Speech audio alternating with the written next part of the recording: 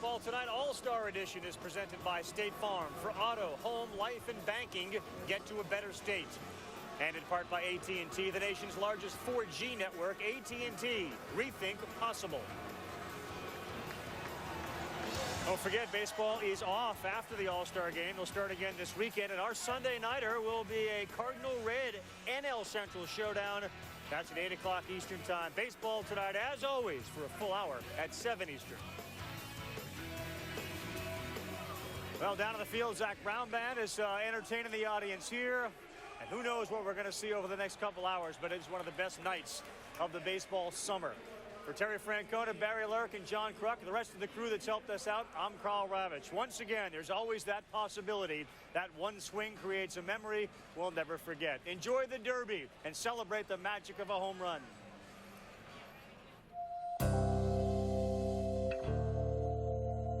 It doesn't take long for contact to turn into magic.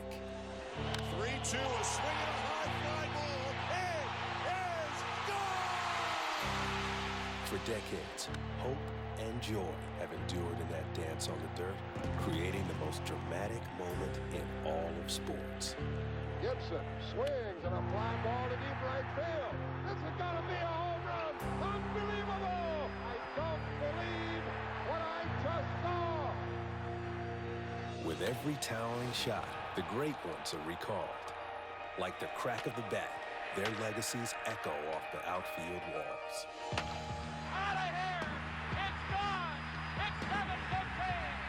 This is a game where accomplishments are respected, recorded, and debated. Mark McGwire, number 62, life of history. Barry Bonds, number 756. And then there are the home runs that are simply unforgettable. Touch 'em all, Joe. The Blue Jays are World Series champions. The ones stored in America's collective memory.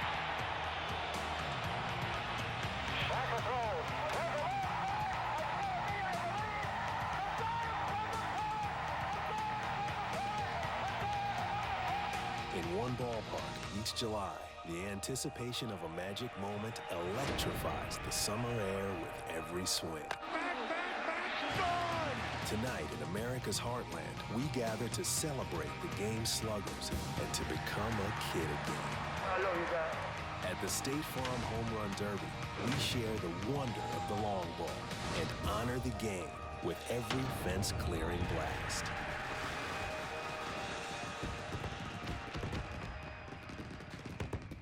Ladies and gentlemen, boys and girls, welcome all to the 2012 State Farm Home Run Derby.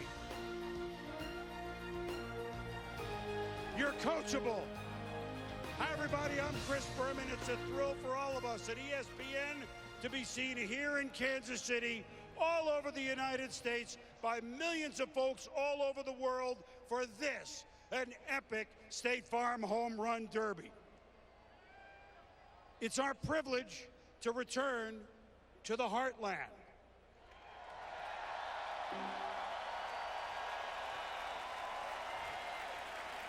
In 1973, you opened up Kauffman Stadium, and we had an All-Star game right here. Well, it took 39 years, but we're back.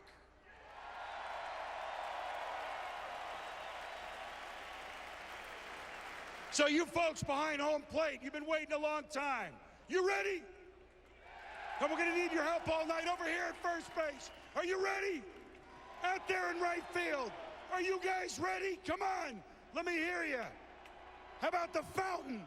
You guys over the fountain, are you ready to go? Left field. Down the left field line. Third base. Are you ready over here? Are you ready for some long ball? I thought so. We'll be hearing you all night, but first, to get us rolling here in Kansas City, from our stage right here at second base, performing their song, The Wind, from their brand new album, Uncaged, which comes out tomorrow, ladies and gentlemen, the Zach Brown Band.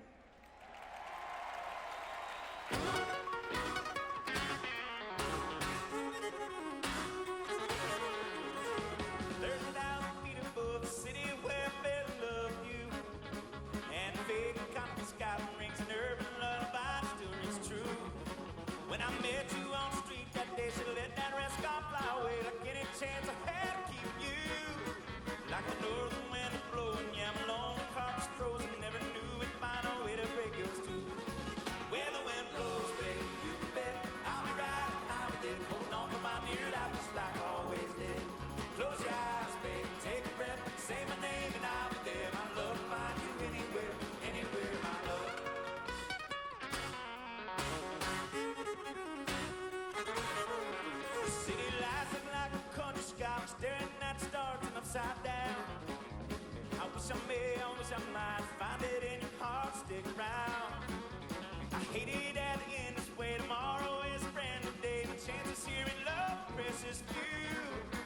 Someone's out there waiting for a sweet good time and lady to make a smile the way I always wanted to. Where the wind blows, baby, you can bet I'll be right out there. Holding on to my dear life just like I always did. Close your eyes, baby, take a breath, say my name and I'll be there. My love, find you anywhere, anywhere, my love.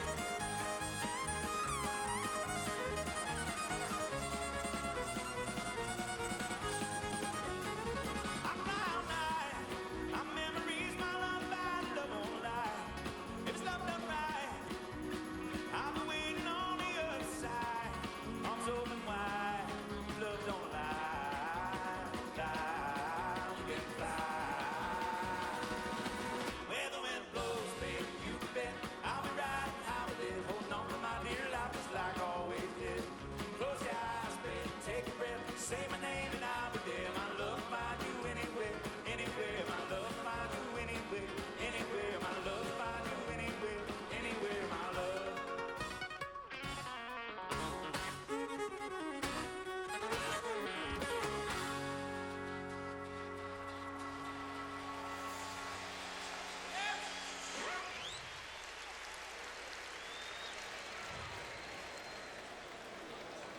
Give it up for the Zach Brown Band, ladies and gentlemen. And now, give it up for our 8 sluggers tonight. We will start with the National League. The captain of the National League led the senior circuit in homers last year with 39. Sidelined much of the first half this season. He is itching to lead his NL team to victory from the LA Dodgers, Matt Kemp.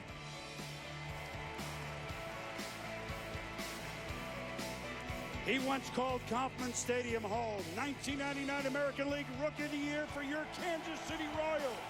5th All-Star start, first appearance in the Derby. From the St. Louis Cardinals, he's got 20 homers at the break. He leads the league with 65 RBIs. Carlos Beltran. He's hit 77 homers since the start of the 2010 season. 17 this year. The all-around force has won a batting title already from the Colorado Rockies, Carlos Gonzalez. This young superstar is the heart and soul of one of the surprise teams in baseball, the first-place Pittsburgh Pirates. He's got 18 homers. His .362 average leads the big leagues. Batting average from the Pirates, Andrew McCutchen. And now your home squad, the American League. The captain of the American League. Last year with his dad, Jose Cano, pitching, provided one of the most memorable performances in the history of the State Farm Home Run Derby. 20 homers from the New York Yankees, defending champ Robinson Cano. Baseball's 2-time reigning home run champ. The only player in baseball history to lead the majors in home runs at the All-Star break 3 straight years. From 2010 on, 124 home runs, 27 this year. From the Toronto Blue Jays, Jose Bautista. 120 minor league homers before bringing his power to the Angels lineup. He had 29 as a rookie last year, already has 22 this year. Mark Trumbo. He won the 2009 Home Run Derby down the road in St. Louis. Captained last year's National League team. This year, he'll take his cuts from the American League. 15 homers this year from the Detroit Tigers, Prince Fielder. Ladies and gentlemen, the participants in this year's 2012 State Farm Home Run Derby.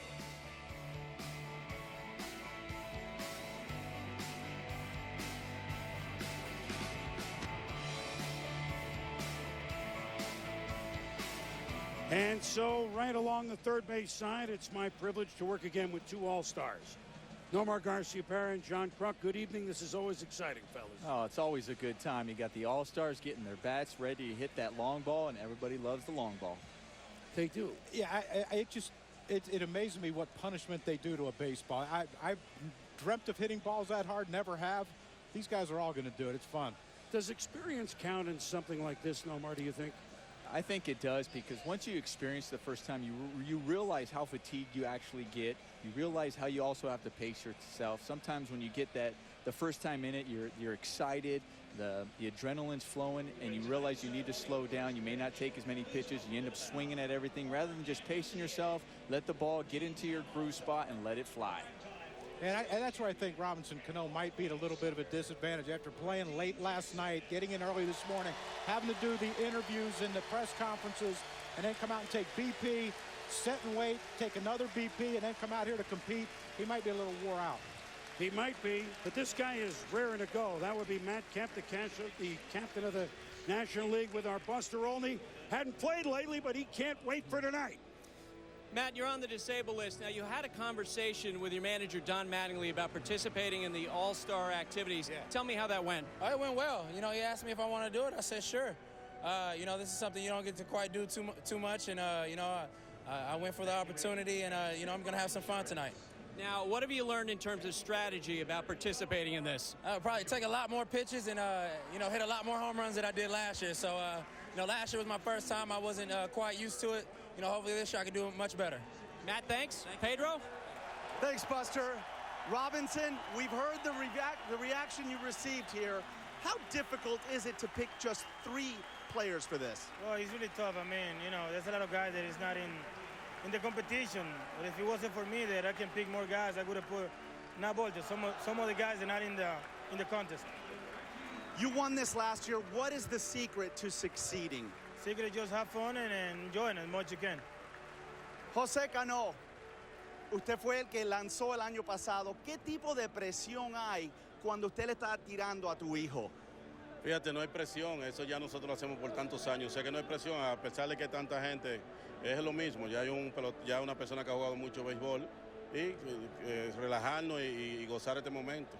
I asked him how much pressure there is in pitching in the Home Run Derby to your son. He said there's actually not that much pressure as you would think. It's just about throwing batting practice. It's just about having fun. It's something that we've done for a long time. Chris, back to you.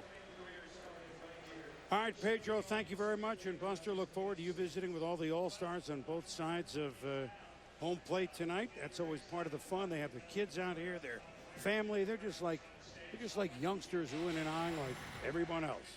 And our rules, if you haven't watched before or maybe you've forgotten, so everybody gets to the plate. Swings that do not produce a home run are outs. You can take as many pitches as you want. And so you get 10 outs. The top 4 home run totals advance. In the second round, the totals carry over from the first round, so that will influence the batting order, of course. And then our top 2 advance to the finals, where we wipe out the totals from the first 2 rounds. And then, again, 10 outs. Player with the most home run will win. It's not that hard. Of course, the gold ball, we have that. Every gold ball home run hit, State Farm will donate $18,000.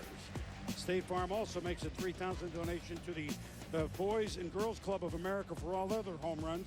So with 9 outs, the gold ball is in play. You hit a bunch, you make a bunch for the Boys and Girls Clubs of America. Now, some of the dimensions at Kauffman Stadium, redone beautifully a few years ago. Here's our distance tracker brought to you by Holiday Inn. Holiday Inn, in conjunction with MLB, helping to rebuild houses in Joplin, Missouri, Tuscaloosa, Alabama. Visit holidayinn.com for more information. So you'll see the distances here. After the home runs, will tell you how far from home they've landed. 332 down the line. At the fountains, the famous fountains, way back in there, 460. We had a pool last year. We get the fountains this year. Center field, if you hit that up there, that would be 463. Hello. The MLB Fan Cave, you might scatter a few beers, 452 feet. Left field foul pole, 334. And the Baseball Tonight said, and that's not that far, Crucky. So I know why you're down here. Well in harm's way, and since everyone else up there has gold gloves except Ravi, that's why I'm down here. So our lineup tonight brought to you by Taco Bell, not George Taco Bell, but Taco Bell. Carlos Beltran will hit first for the visiting National League, if you will. Welcome home to him. Jose Bautista will hit second. He have all the home runs, Joey Bats. Carlos Gonzalez, Mark Trumbo, Andrew McCutchen, Prince Fielder, then the captains, Matt Kemp, Robbie Cano. Carlos Beltran began his major league career here for the Kansas City Royals. In 1998, he was Rookie of the Year in '99. He was traded to the Astros, and we remember the postseason that he had there was just stellar. And then, of course, his first home run at Kauffman Stadium since the trade was just a few weeks ago. So here he is back in town, and he left with class. He's played with class. Switch hitter, so hitting lefty tonight is 20 home runs, which is second in the league. With Kansas City, he had 100 or more RBIs 4 times.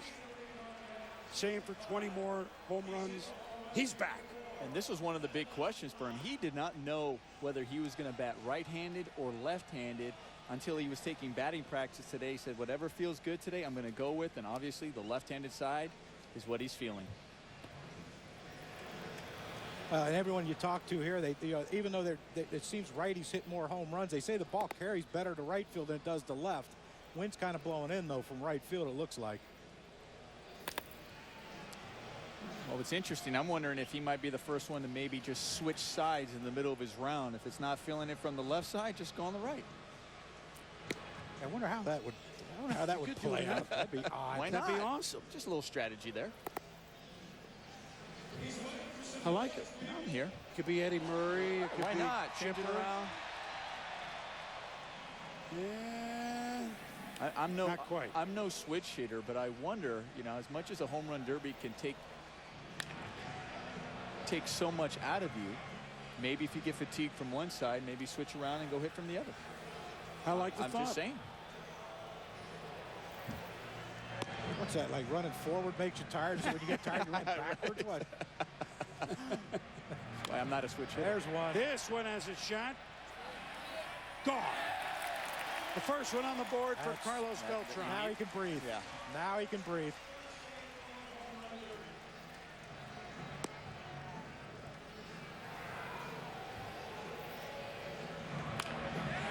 This one to right field, and this is a better shot. Gone.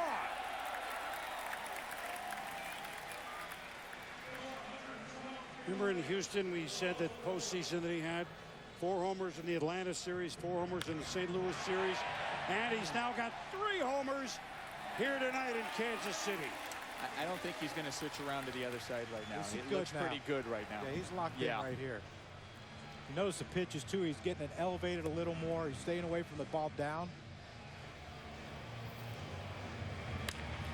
Oh, we got out front of that one, Omar. Gone but foul, so that's an out. Remember, each batter gets 10 outs.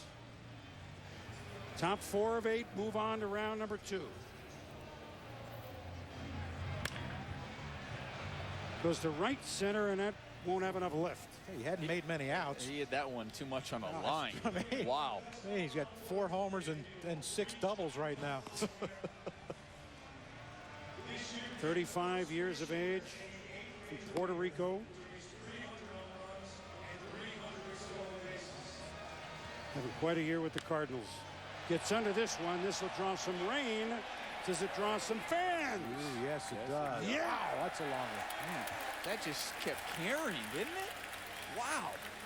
If some of those kids in the outfield think they had a beat on it, it was way gone. That's a shot, but that'll be an out. Well, but he's showing some patience. First derby, but a veteran in his first derby. Stepping out, and like Crucky said, he's letting some of those low balls go, looking for that ball up higher in the zone. And you watch when he's kicking the dirt out, they water this right before they start, and you wonder, I know when I went up to hit, I hated when it was wet because you felt like you were sticking. You see him kicking a lot of dirt off his spikes, and you wonder if that's batting first or second was a disadvantage. Yeah, that'll be an out, his 7th out, and Buster, he's had quite a first half with the Cardinals. That's exactly right. And Matt Kemp actually used a teammate to help recruit him. He called Rafael Furcal, who, of course, used to play with the Dodgers, and asked him, do you think Beltran will do the home run derby? Furcal said, no, I really don't think so, but let me go check with him. Did you think that was going to hit the wall? Wow. Oh, that's a sky ball. Back it goes to fountain, right center. baby. Get on that fountain. Back, and gone.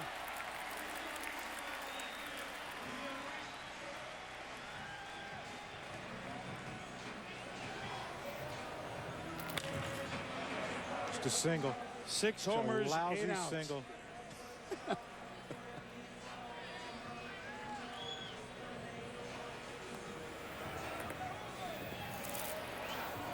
Those are pretty exciting shoes he has on, aren't they? I would say. I was wondering what has silver, gold with a silver toe. Well, I don't know if the gold ball is 18,000 a homer, but what happens? Do you get a different rate in those shoes?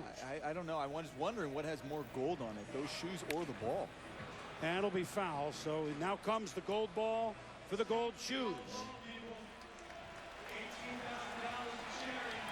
Hey, Crucky, I think you could see yourself in the tips of those No shoes. kidding, they're bright. Wow. I don't think I could pull those off.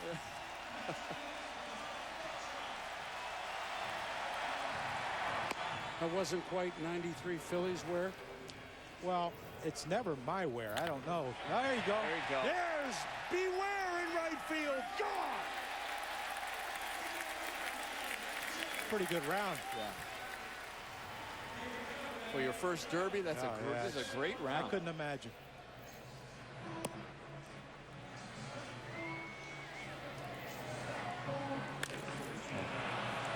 Well, he had won with the gold ball. First derby, he hit 7 home runs. He is certainly in contention.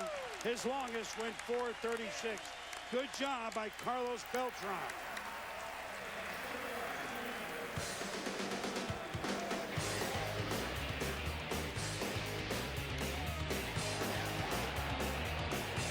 This is 436, which just kept on going.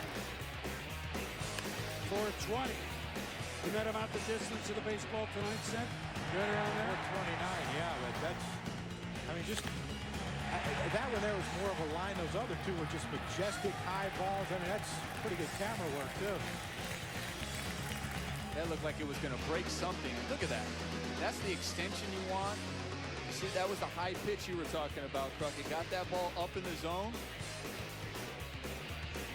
And it's a good feeling when you know you got it. And you can speak to this better than I with the home run, but I don't know, you were a high ball hitter like I was too, but even though he's a low ball hitter in a game, you prefer it elevated, wouldn't you, in a competition like this? During batting practice you do, is that elevated ball. Although you say you're a high ball hitter, although it's different when it's coming 90 plus and that, but when it's coming at a batting practice speed, getting it elevated, it's easier to get it up in the air.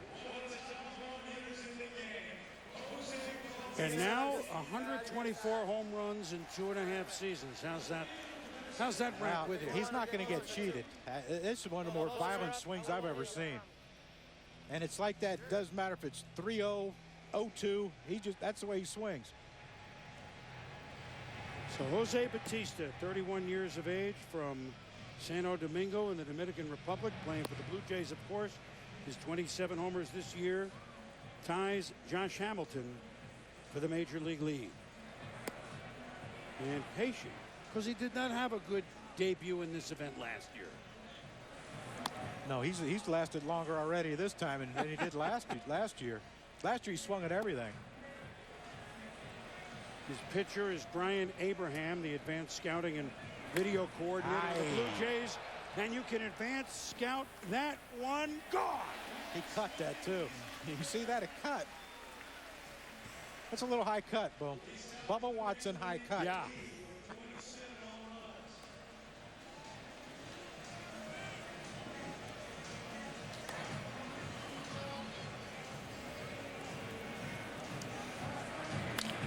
Well, that'll be a ground ball out. Boomer, you asked me at the beginning, does experience matter in this event? Well, I think you're seeing the patience from Jose Bautista after what he experienced last year. And just trying to get that one pitch, not swinging at everything. And we saw with that one, he got that one on the board. Now he's going to try to find that groove once again with that pitch up in the zone. Oh, fooled by a batting practice pitch. Took something off of that one. Got out in front. Spoiled that 0-2 pitch. And this is how guys stay loose before it's their turn. Well, we should tell Mark, don't worry. We're going to have nice things to say. Don't you worry. Tell you what. Oh, my. Way Watch back. this one. I wouldn't mind seeing Ravi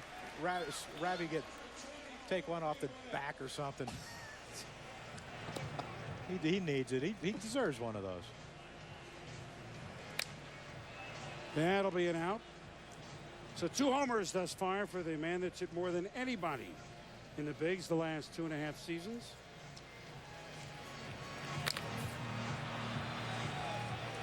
Buster Olney, he's still trying to measure himself up there. That's exactly right. And you mentioned Brian Abraham is the batting practice pitcher. He works for the Blue Jays, 27 years old, a graduate of Holy Cross. After Bautista asked him to be the pitcher, he actually went out early one day to the mound in Chicago to practice throwing to a catcher, because normally, as Nomar and Crucky know, batting practice pitchers throw into a cage, and that's what Brian was told. It's a big difference when there's no cage there, guys. He's right. I mean, it's usually just a square that he's throwing to, or a net with a cage around you, and now the cage is gone. And sometimes that little tarp back there in the back has a little circle on it that they kind of can use for an aiming. Right. Now it's nothing. This is a moonshot to left. Back it goes. Back, and it's gone. 402. That just kept scraping the sky. So 2 years ago, 54 home runs, becoming one of 26 players to ever hit 50 or more. We have 2 of those here with us tonight in R8. Prince Fielder did it as well with the Brewers a few years ago. It was interesting right there. It looked like Jose Bautista. Gone. He actually asked the catcher to move on the inside part of the plate, and he was looking for more balls in the inner half. So the catcher moved to the inner half, and you see him nod when Abraham threw one on the inner half. It's like, yeah, that's where I'm looking for it. So they're aware of this. I mean, these guys take it seriously. These guys come out, they want to win. I think some guys are happy to be here, be a part of this event, and want to take it all in. And there's others, such as Bautista, who's been here before, ready to win this thing. Mark Trumbo warming up underneath. Does this have enough legs down the left field? It is back, and it is gone. And another thing, too, Nomer, they don't want to be embarrassed. You know, it's all fun, and let's have a good time and enjoy this. But, you know, the last thing you want to do is go up and throw up a 0. Since 1920, all right, this is a pretty good list to be on. Back-to-back home run champs. He's the 12th. Will it stay fair? Not quite. Here are the names: Babe Ruth, Jimmy Fox, Ted Williams, Ralph Kiner, Johnny Mize, Harmon Killebrew, Mike Schmidt, Cecil Fielder, Juan Gonzalez, Mark McGuire, who's here as part of the National League staff, Alex Rodriguez, Jose Bautista. Quite a list. Gold ball time, though, all of a sudden. Big Poppy knows he's won this thing a couple years ago in Anaheim. Said, let the younger guys do it this time. So here's Joey Bats, as they call him. Does he have a few in the bats? There's one. Oh, man, that gold ball is back. Way gone.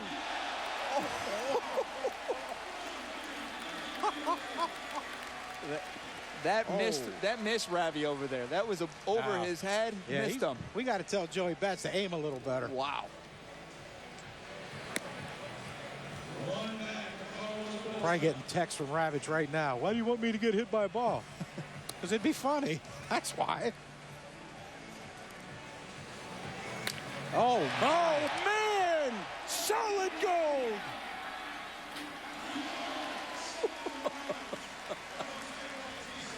Wow. That went a long way. Taking a break. David talking to him. The unofficial captain, right? What did he say? What was his quote? He goes, I think I'm going to come in as I'm the Godfather. Right. Instead Yes. I'll be not participate, but kind of be like the Godfather. He just made him an offer he can't refuse. Yeah, and I don't know if anything with that hat cam. He has been the face of the home run derby for the last few years. Yes. So Probably just wanted to take time off. A couple long balls. 2 thus far with the gold ball. Well, he's been the face of it because he's embraced this event. Yes. I mean, and there's another guy in this event, and Prince Fielder, who's also embraced it and wants to do it. You know, a lot of these guys, when they were asked, obviously said jumped at the opportunity. Well, he jumped at that pitch. He's got it in a jet stream. It's gone again. I think Jose Bautista heard you, and I think he is aiming. yeah, we like Joey Bats. Ravi's run for cover.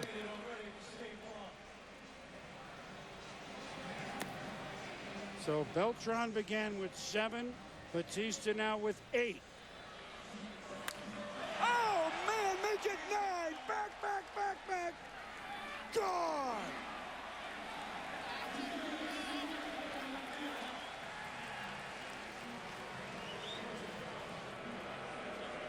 Saying, I picked the right guy.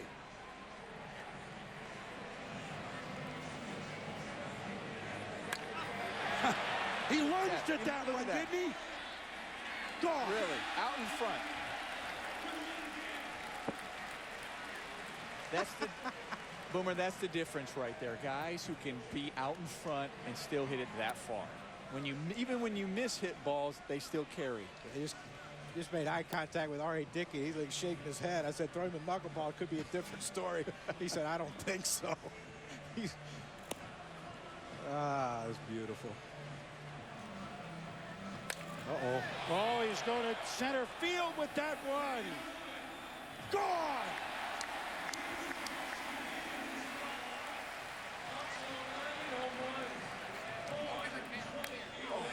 That one he got underneath. What's the matter with him? Oh, how about that? Once he got to those goal balls, he turned it on and put on a show. Jose Bautista with 11. Let's listen. You set up more in. Just set up in. Like you're gonna try to jam me.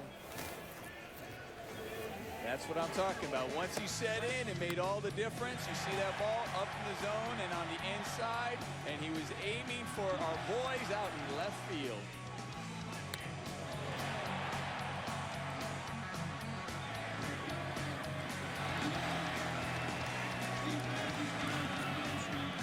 You look at the leg kick, the timing. He always said, I learned to start earlier and get my foot down. Well, that foot was down there, and he hit it off our set, which is kind of a special thing.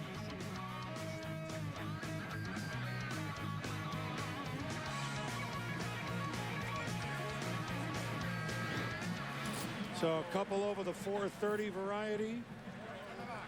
And I thought this was the year of the pitcher. A rocking start here in Kansas City. Next, the superstar from the Rockies, Carlos Gonzalez. And then, the powerful young slugger from Orange County, Mark Trumbo. They're coming to bat at Kauffman Stadium. State Farm Home Run Derby is presented by State Farm. For auto, home, life, and banking, get to a better state. And in part by Holiday Inn. Stay you with the official partner of Major League Baseball road trips. And by Budweiser. Great times are waiting. Grab some buds. That is the All-Star build outside Kauffman Stadium, supported by State Farm, Holiday Inn, MLB, and the MLB Players Trust. Major League Baseball is proud to support Habitat for Humanity. We certainly remember the people of nearby Joplin, Missouri, and Tuscaloosa, Alabama, and tip our cap to their resilient spirit as they rebuild. Visit MLBcommunity.org and Habitat.org to learn how you can get involved today. State Farm and Major League Baseball once again teaming up to help the Boys and Girls Clubs of America tonight. Each of 8 youngsters are matched with a player. The winner gets a $50,000 donation from State Farm for their home Boys and Girls Club, while everyone else gets a $10,000 donation. So we're marveling in the home runs hit. But how can you ignore the pitching in the first half? 5 no-hitters. Perfect game, the White Sox, Philip Humber. Jared Weaver, no-no for the Angels. Johan Santana, the first in Mets history. Kevin Millwood, 5 Seattle relievers combined to blank the Dodgers since June 13th. AT&T Park. Matt Cain, perfect game. Congratulations. Thank you. Appreciate it. Thank you. And starting the All-Star game, perfect game. And here's Hartley. Yep, it's my little daughter Hartley. She's a 1.5 years, so little Miss Perfect. Was she there that night? No, actually she wasn't.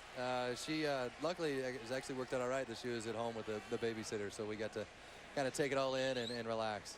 It's been a few weeks since it, Matt. What is the memory more than anything else that you'll have forever? Blanco's catch, I think, is the biggest thing. You know, Melky made a good catch as well, but the catch that Blanco made, I think that at bat, it definitely stands out most in my mind about everything. When the ball left the bat, I mean, I heard your press conference after you asked him, what were you doing there? I mean, what was he doing there? I have no idea. I mean, it didn't make any sense that he's there. You know, I look out and he's in, he's in right center, really more of center field than he is anything when he catches that ball, and I have no idea. I mean, it was unbelievable that he just made the opportunity to earn. When it left the bat, you're assuming this is over. It's done. I thought it was done. When I looked over and I saw Pagan wasn't going to make it, I was like, oh, it's done. And then all of a sudden, out of nowhere, it's like he jumped out of the stands and came out and caught it. This is Carlos Gonzalez, who already on the board with 1 home run, a guy you know pretty well from your division, Matt. Yeah. You pitched, look, 1 hitters, lost 1-0 games, no hitters late. So you've had this kind of stuff late into games before. Was this different? Did you feel different after the catch by Blanco? I did. I felt just the whole time I felt like I was kind of in a groove, and I stayed in that same groove the whole game. And from the beginning of the game to the end of the game, I felt like I was in that same motion, and that was just a good feeling, confident feeling. Now, did you have a nickname before, and now after the perfect game, has that nickname changed? I mean, you hear Mr. Perfect all the time? Believe it, yeah. They just constant Mr. Perfect. Anything from that. So, that's a tough one, too, because you got nothing to say back to it. So you just wear it, smile, and just get over with it. But that's all right. So the more fun, was it the perfect game or hitting the balls into McCovey Cove? I saw you hitting golf balls. I did hit one in there. Definitely the perfect game. But it's, you know what? It is definitely really fun to be able to launch a golf ball from home plate into the water out of that stadium. Did you learn anything from Dustin Johnson, who also was hitting that night on the tee there? Swinging hard, man. Swinging hard. He gets after it. Well, Cargo's done that, but not quite. You hitting drivers? Yeah, and we were hitting a driver. That's you got it up quick, though, huh? Yeah, pretty good. But I mean, we got almost 400 feet to the right field. Oh, that's so we got a good room to get it up. Yeah, it's not a typical right field, right? Is it? No, it's perfect. So everyone should be. Every one of them should be just like that. I love it. We got a picture here. Everyone in your division almost is, except Colorado. True, yeah. Well, theirs is 400, but it plays. Yeah, it plays 210. Yeah. Over half your outs that night, Matt, were strikeouts. Yeah, I don't know what happened.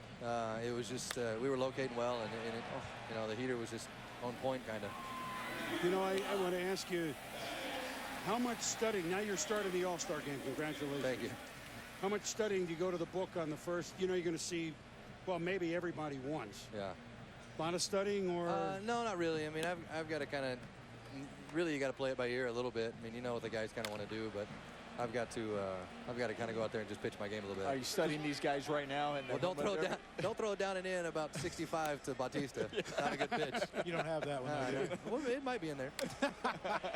Hensley's been teaching me his ethos. Here's Cargo.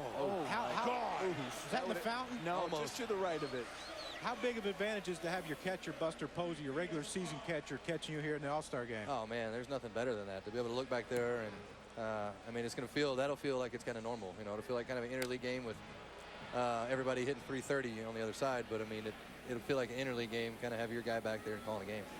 Well, the year of the pitcher, and plenty of them in the National League. Matt Cain, one of them.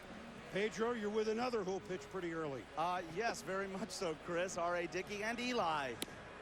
A lot of talk has been made about Matt Cain starting the game and not you, R.A. How did you feel about that? Well, I think as a competitor, I was a little bit disappointed, but, Matty is incredibly worthy and deserves it.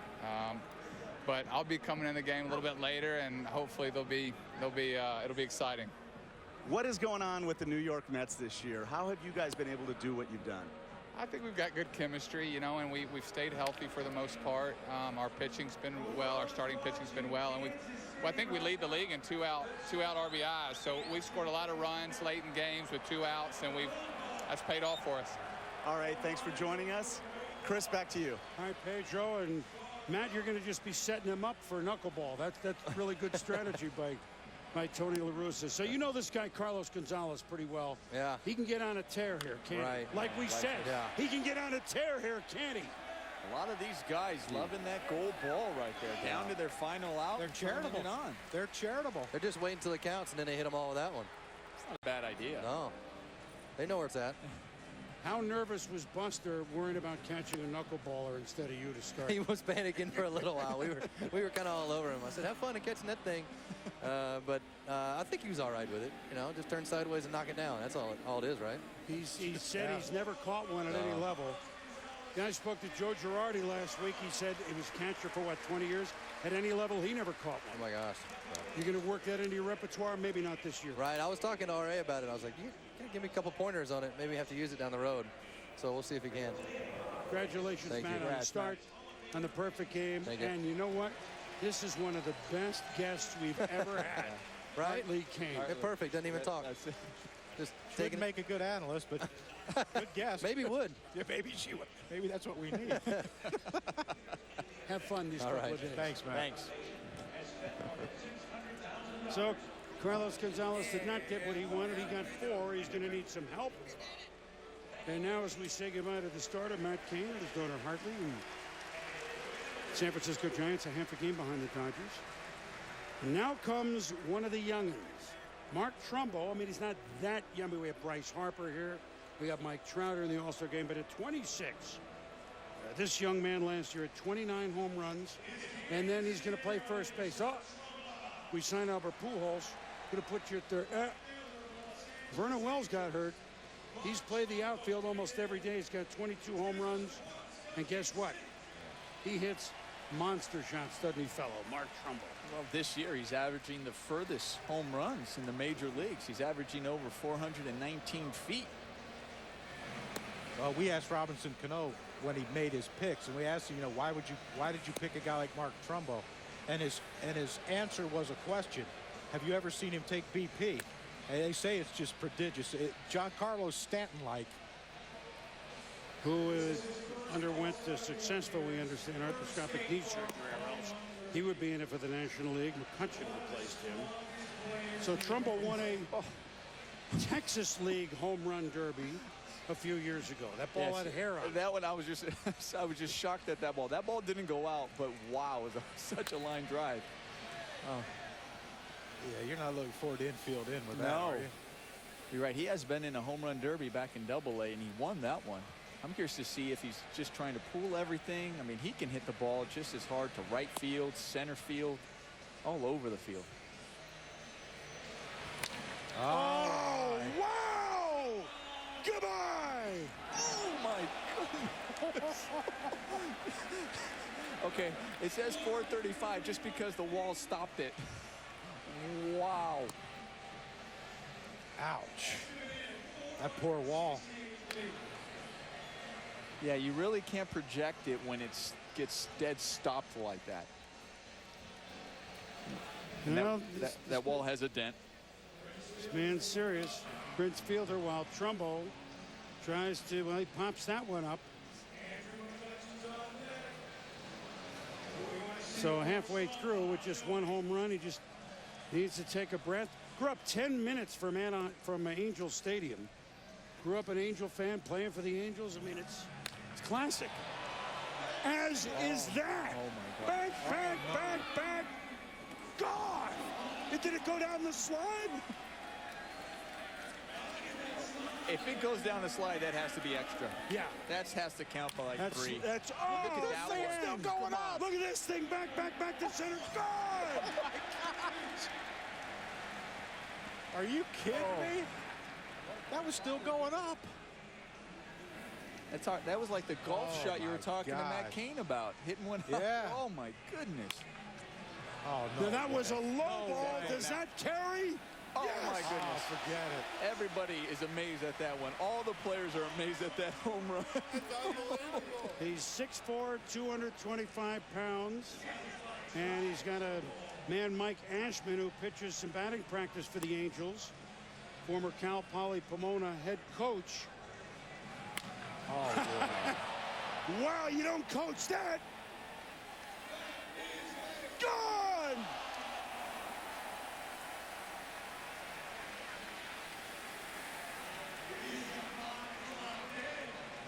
So just real quickly, and that'll be foul. Be careful. You know the booing of Robinson Cano. Why did you pick Trumbo instead of Arroyo? This is your answer. That line drive he hit the center field, that stayed on the line and still went out to dead center. Gets under that one. Buster Olney putting on a show here. Yeah, no question about it. Now I'm here with his teammate Mike Trout. How's Mark Trumbo doing? He's doing great. You know, he's got to, take his time. You know, he's amped up a little bit. You know, he's pretty calm before the Derby, man. I would have been shaking. I'm more nervous than he is right now. And obviously, clearly, you can see he hits some long ones. Now, when you heard he was going to be in this competition, how did you think he would do? I thought he was going to win. You know, I watch his BP every day, and it's remarkable. So. Now, you're having a great rookie season. What's this been like for you? It's been an amazing run for us. You know, it's still halfway through the year, and we got a second half to go. Just out there having fun and winning games. That's all that matters to us. Mike, thanks. And guys, one thing that's interesting here on the American League side, David Ortiz is not the captain this year, but he's kind of acting like a coach. He's talking to the players and giving them advice on how to handle things. He said, hey, I want to give them my knowledge to help them win this thing. Well, he's a good teammate. That's for sure, Buster. Thank you. And, you know, once upon a time, and the Yankees had the M&M boys, Mantle and Maris. Oh. TNT boys, Trout and Trumbo for the Angels. He fought that one off, Nomar. Yeah, almost. Gold ball time. It's not supposed to go that far. No. When you got jammed, fought it off.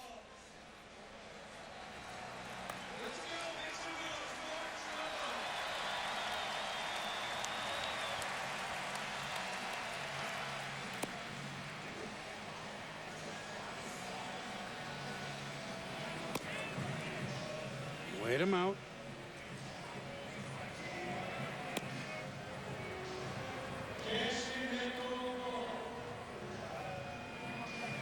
Oh, my goodness. Oh, man! This one is on its way to Wichita! Oh, Lord.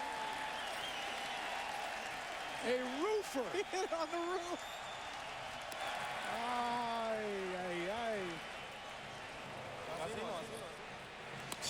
The guess was 475. The guess. Good way to put it. That got the people on their feet. Wow. One more, and he will have as many as Beltran. Does that stay up long enough? It does. Well, that's big because he's got as many as Beltran now, so at worst, if it comes down to them, he has another chance. I don't think he's done.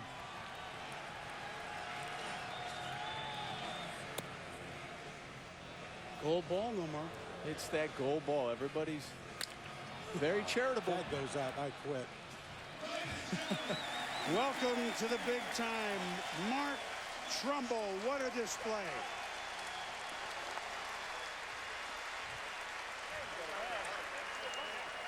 We had the wrong one on the roof that got everybody out of their seat, but this one gets the players out of their seat because this was such a low line drive to center field. Yeah, and if that one didn't thrill you, this one sure does. This is just a, oh my gosh, that's a, I mean, you don't come in this competition saying, I'm going to hit one on the roof.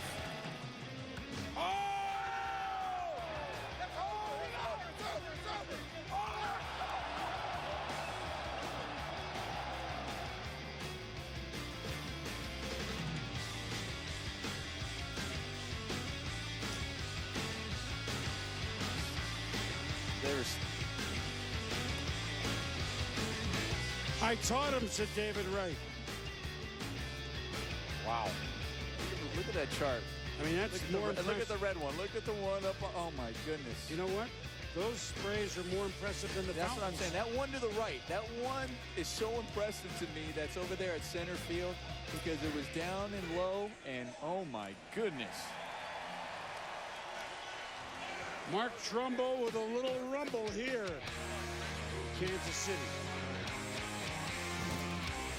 Next up, the young star from the Steel City, Andrew McCutchen, gets ready to take his hacks in KC.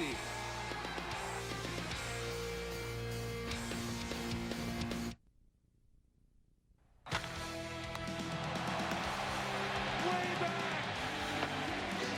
Staten Island bound. Oh, goodness gracious.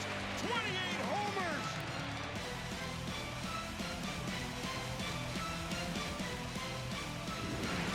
Well, a night in New York that nobody will forget, and certainly not this gentleman who's joined us at the set, Josh Hamilton of the Texas Rangers. That was I mean, do you still look back to that evening in New York and say, was that me?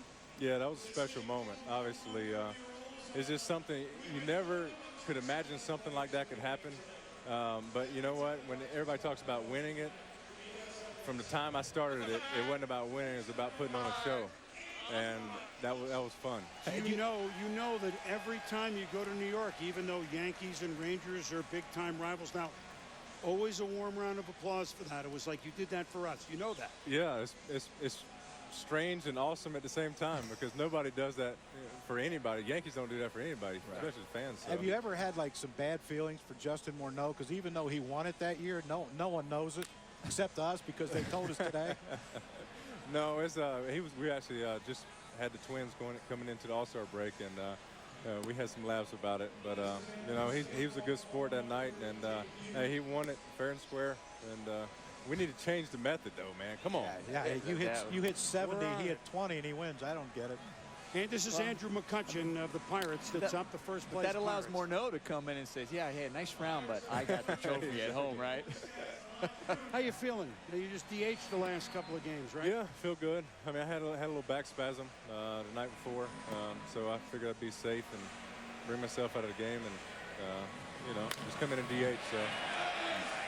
Andrew McCutchen, just what we talk about, the home run derby, just get that first one on the board. Andrew McCutchen getting his first one. That's it. I just like the shoes. Yeah, he's a strong kid. He is. Hey, Josh, so take us back to Baltimore. 4 two-run home runs. You know, there have been only, what, 22 perfect games. Only 16 men have ever hit 4 homers in a game. It doesn't happen, you know. It's pretty cool, right? Yes. Yeah, it was. You know, somebody asked me, they said, home run derby or the 4 home run game? I still take the home run derby, obviously because it was in Yankee Stadium, but the 4 home run game, something that probably never do again, but it was I wouldn't count on that. Locked you don't know. Locked in, you know, physically, swing, mentally. Everything was slowed down. Everything was looking big. And that last home run you hit, the 4th one, were you thinking, hey, this would be kind of cool if I can get 4? Or because I was so impressed that you went to center field with that home run. That was impressive to me. No, I honestly didn't think about it. But, you know, O'Day threw the worst pitch of his career, you remember? So I've thanked him many times. And once again, thanks. Darren, appreciate it. Tell us about the Texas Rangers, who you and the Yankees are neck and neck for best record. Teams don't get off the mat that often and come back to the World Series after a loss, and especially the one against the Giants. Okay, 5 games. Last year against the Cardinals was crushing, but here you guys are again. What is it about this team that we don't know? It's just the chemistry. It's what everybody talks about. You know, it's the clubhouse. When you got a clubhouse where guys enjoy each other, enjoy coming to the park, spending time with each other, love each other, and really mean that, it makes going to the park fun, clubhouse fun, and it carries on to the field, and we have a lot of fun on the field. But you can see it also helps when you win a lot. It always helps. Yeah. You get Darvish through the buyout, whatever that thing is they do. But I mean, your starting pitching now is, I don't know what it's called, but I mean, you feel like this year you have to win it? No. You don't have any feelings about that? No.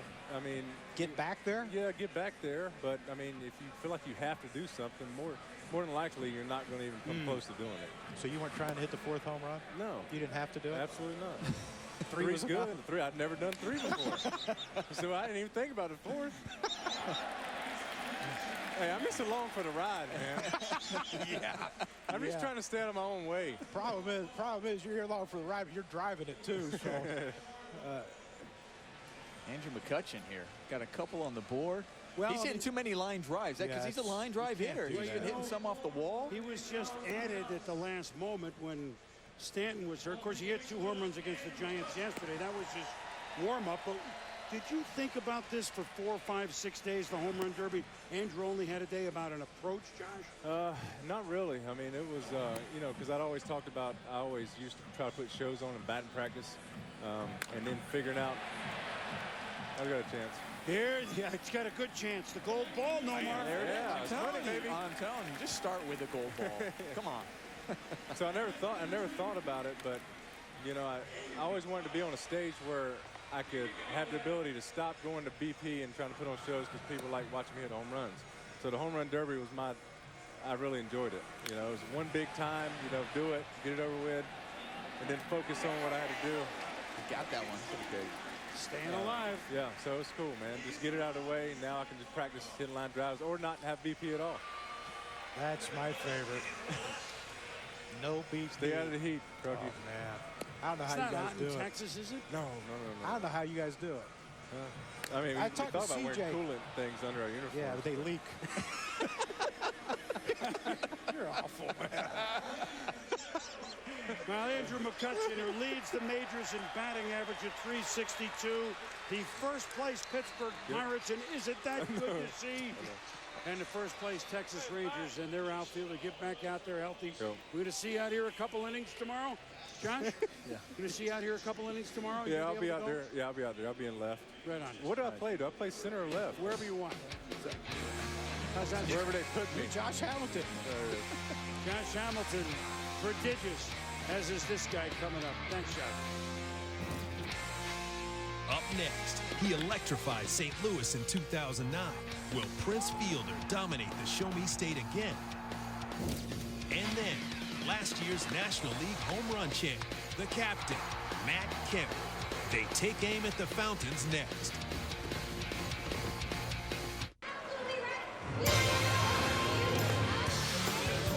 Welcome back to Kauffman Stadium in Kansas City, Missouri. Aerial coverage is brought to you by DirecTV. If you call yourself a sports fan, you've got to get DirecTV. Call 1-800-DirecTV. And State Farm wants to help 4 charities get to a better state and help you get to the World Series.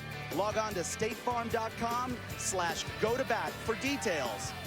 I am now joined by Houston Street of the Houston Action Team, which is administered by the Players Trust and Volunteers of America. This is something that I know is near and dear to you. Why is this such an important cause?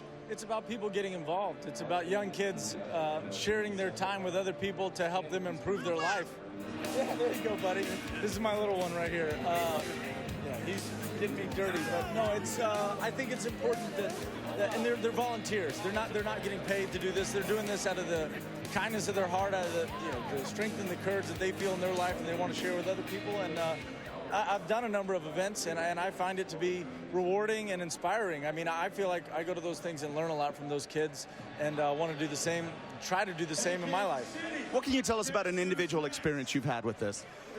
Colorado, 2009, Ryan Spielborgs and I went to a home for elderly people who don't get a lot of visitors, don't have a lot of family, and kids have volunteered their time, and you just get to see the glow and the joy on the people's faces because they want to spend time, and maybe they don't have someone that can come visit. And these kids volunteered their time, which got us to come out, and we really had a fun day with it. You can find more again at actionteam.org. Chris, by the way, Little Houston Street here is not Houston. His name is Ripken. So I think he's got a good chance if he plays ball. Chris? You're going to play a lot of games. I could tell you that, Pedro. Thank you. And thank you, Houston. And now Man that won this just 3 years ago down the interstate in St. Louis when he was a member of the Milwaukee Brewers. And that is Prince Fielder hitting for the first time in this as an American leaguer as a member of the Detroit Tigers. And for him, guy that's hit 30 or more home runs the last 5 years, including 50 back in 2007, he and really the Tigers have not found their stride. Do you think this sort of event, which I do, can have him start to, rather than, quote, ruin your swing, help his swing? This is his swing. Right. This is his swing in the game. This is his swing in BP. There's nothing. He's doing nothing different in this competition than he does every single day.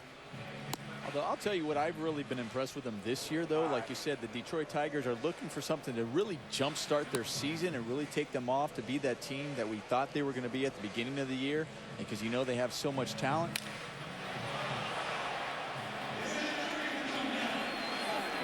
That just keeps going. That's what power does. The ball that looks like you popped it up just keeps carrying out of the stadium. But he's really matured as a hitter. As much as he swings so ferociously and aggressively, I've also seen him this year take that ball the other way more. You know, they try that shift. He'll hit it the other way on that shift, especially with guys and runners in scoring position. I think he's maturing more as a hitter, and I think later on it'll make him a better home run hitter, and he's showing us how far he can hit the ball today. As you remember last year, he was the reason his home run, the biggest reason, which got the National League to win in the All-Star game. The St. Louis Cardinals had games 6 and 7 at home, and we all remember what happened there in the World Series against Josh Hamilton and the Rangers. Oh, but this time he's hitting for the American League, and this one is way up there, a skyscraper. Oh, the fountains are going off.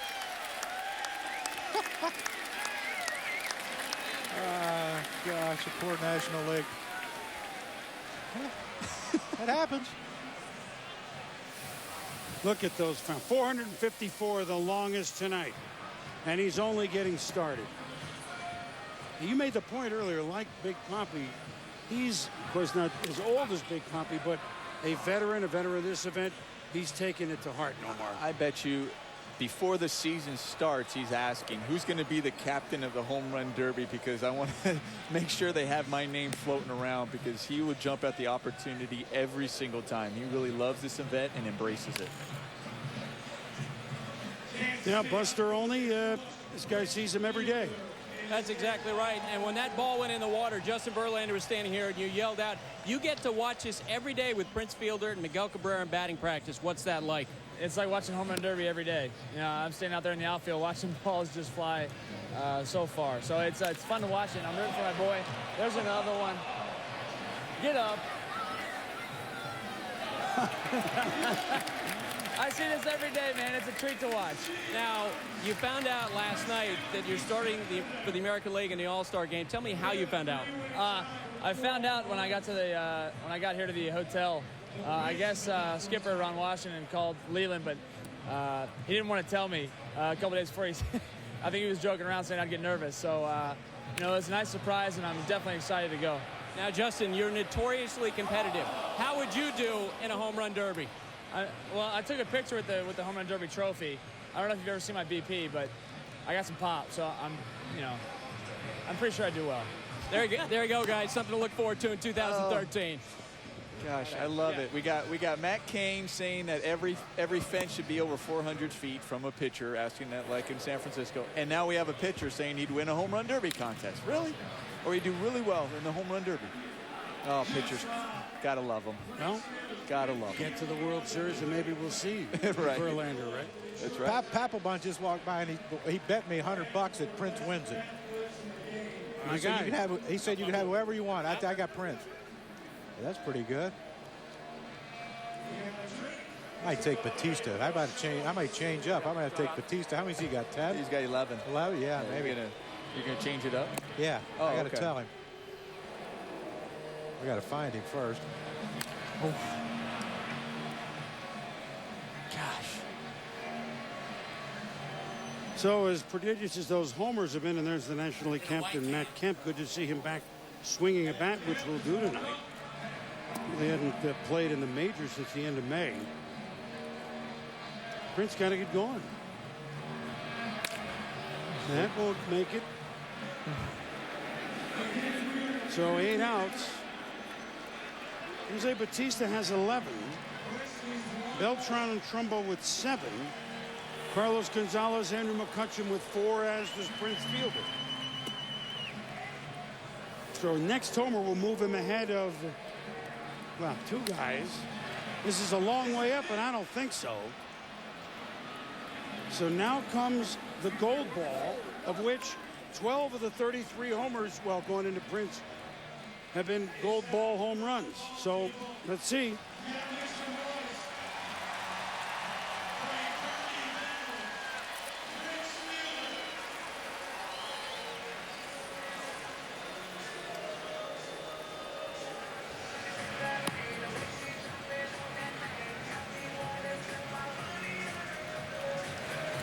Sandy Guerrero, the minor league hitting coach of the Brewers, pitched him before, and even though he's a Tiger now, friendships remain friendships, and hoping to lay it in there for him. Oh, he did that one. Yes. That gold ball is way gone. Oh my God.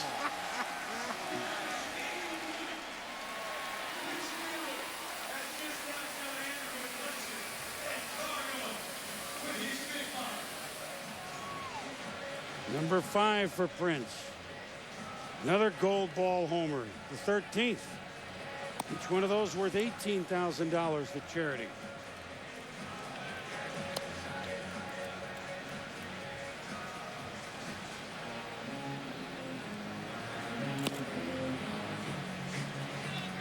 Impatient. Not quite. So Prince Fielder, who won it 3 years ago, has 5. He'll need some help. But the ones that went out had us oohing and eyeing. Get to slow this down and look at that swing. I mean, the torque he gets out of his back.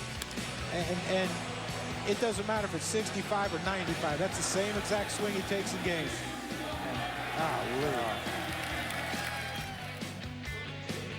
You ever hit one in a fountain? No. Me either. No. Then again, I'm not that strong. I've never hit a ball that over there. splashed. Look at him. He got that too. Look at the follow through. Wow. Probably wouldn't get a good jump to first base on that follow through, but how about that spray? It's almost out of the screen. He's hit the longest 2 tonight, 454 and 448. But he's going to need some help because he's currently in 4th place, but we got 2 guys to come. The captain, Matt Kemp, Dodgers. Defending champ Robbie Cano, Yankees.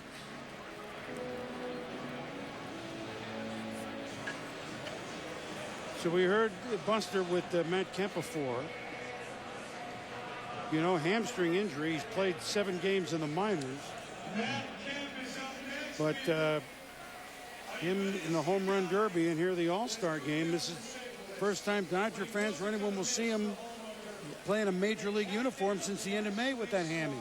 I really don't have a problem with him hitting in this Home Run Derby. Well, he asked me coming in. He said, hey, how come you don't want me to hit in this? I said, I'd rather see you play the second half. And he said, but I'm all good. It's going to be good. Don't worry about it.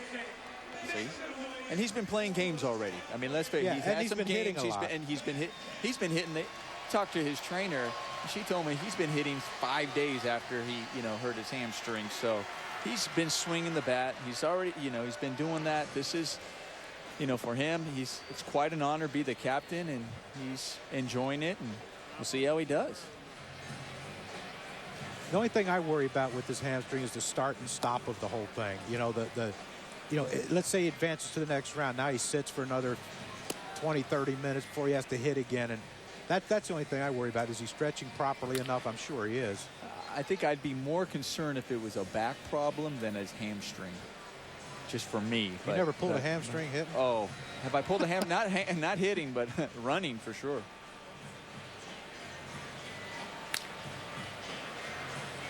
He's just trying to find his stride. Matt Kemp has Rob Flippo. bullpen catcher and batting practice pitcher at the Dodgers pitching team. Second time in All-Star. Flippo's done this before. Yep. And, you know, when I was with the Dodgers, he threw the best batting practice. I mean, everybody was lining up and going, okay, can I be in his group? I want him to throw batting practice. I mean, he's a true gentleman of the game and a great batting practice thrower, and just a guy who's always there for all the pitchers out there in the bullpen. And you never know how important that is as a hitter to have good BP. It's crucial. And it's a difficult thing to do. If you ever coach in the minor leagues, you had to throw it every day. Oh my gosh. It's an art. And he is truly available to throw every single day. Oh man, almost. We've seen a couple of guys hit the wall, but not just hit the wall, they've hit the wall hard. You know, like they're trying to go through the wall the way these guys swing. Well, Trumbo's almost went through the wall. Well, that was a different wall. He chose a different wall, yeah. The one all the way in the back. So Matt Kemp at 27 is signed to the Dodgers through 2019 for Magic Johnson's club. He's actually recruited by Oklahoma once upon a time to play basketball, but I think he made the right choice. So 27, he's a young star, if you will, and also wearing those gold shoes. But in a moment, we're going to visit with a really young star. Hadn't had his 20th birthday yet. He keeps getting younger and younger, and that'd be Bryce Harper with us now. Bryce, first season in the major leagues, you're in your first All-Star game. What has this all been like for you? You know, it's just, it's unbelievable. You know, I think just trying to come in here and just trying to enjoy myself as much as I can for the first time I've been here, and, you know, being all around all the great players in the game, and, you know, just trying to take it all in with the family, and, you know, it's just an exciting time for me and them, and, you know, I'm just trying to, you know, really take it all in. What has been the biggest difference in your elevation to the major leagues compared to every other level you've been at? I'm not sure. You know, just you know, trying to come into the the game every single day and really just try to enjoy myself and not get too high, not get too low, stay as even keel as I can, and not worry about anything around me. You know, I think having the transition, it was pretty good because, you know, the guys inside the clubhouse that I have, you know, Zimmerman, Worth, Ankiel, guys that have been in my situation, and you know, it's great to have them in the clubhouse. It's made this you know, a lot more fun and a lot easier, definitely. Bryce, who was supposed to be graduating from high school just 1 year ago, and here he is in the All-Star game. Chris, back to you. It's quite an education, huh, Pedro? No doubt. Well, Matt Kemp is back in the big league uniform, but trying to get off the schneid here. Well, last year he hit 2 home runs in the Derby, and both of those were the goal balls as he made 9 straight outs, and here he is. He did this again, so let's see if he gets more of a groove now that the goal ball's back into play. With the gold shoes. There's the gold shoes, the goal ball. Here it is. Come on, Matt.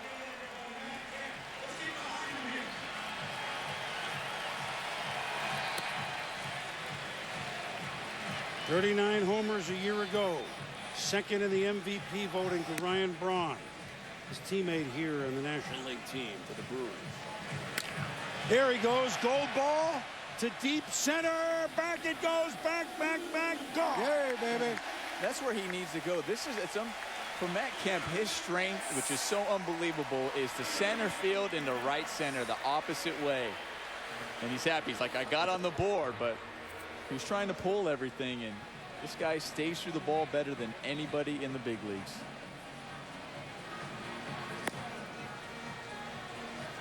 And that might be what put him at a disadvantage in this home run derby, because it seems like his in-the-air power is to center and right center, and when he pulls, it's more that snap hook, diving line drive type of thing. Well, he gave it a shot. You got to give him credit. Give him a lot of credit, goes out there, and like we said, stay in that center field and right center. I wonder if you change the derby a little bit and give extra points if guys can go the other way, right? Yeah, it should be a point system. Right. That'd be nice. A point system. What will the Russian judge give? That's the question. Robbie Cano, the defending champ, still to come in round number 1. Next up, it's time to see if Robinson Cano and his father Jose can again bring their magic from the backyard to the big stage. The State Farm Home Run Derby continues.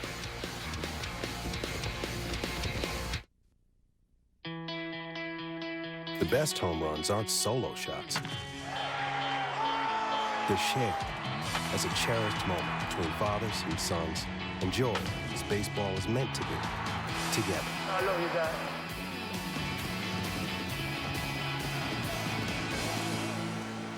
What a great moment last year. Robbie Cano, second baseman of the Yankees, got 20 homers this year, winning the home run derby against the Red Sox. Adrian Gonzalez by 1 with his dad, Jose Cano, pitching. I mean, so look, they all want to see their home players. I understand that. We went through this in Arizona last year when Prince Fielder was booed. By the way, he won the All-Star game. Right, he won the All-Star. He was the MVP of the All-Star game. So maybe Cano will be the MVP tomorrow. So here's Robbie Cano, who's the captain of the home American League, and he needs 5 to give himself at least a chance. Jose Bautista with 11, Beltran and Trumbo with 7, Prince Fielder with 5, which means Cargo, McCutchen, and Matt Kemp are eliminated. And I'm just looking at that list at the top. So the 3 guys that he did pick are at the top of that list right there. I mean, so there's a reason. And there's a reason why he picked those guys. And it's a difficult choice. It's a lot of pressure you put on these captains. And so hopefully I saw the fans get on their feet when Trumbo hit that ball on the roof. Yeah, but they didn't add it up to say, well, that would have been Butler. Exactly. So they were all on their feet when he was hitting it through the wall and on the roof. So dad to son, 29-year-old Robinson Cano. First name for Jackie Robinson, hence he wears the number 24. Jackie's 42 inverted.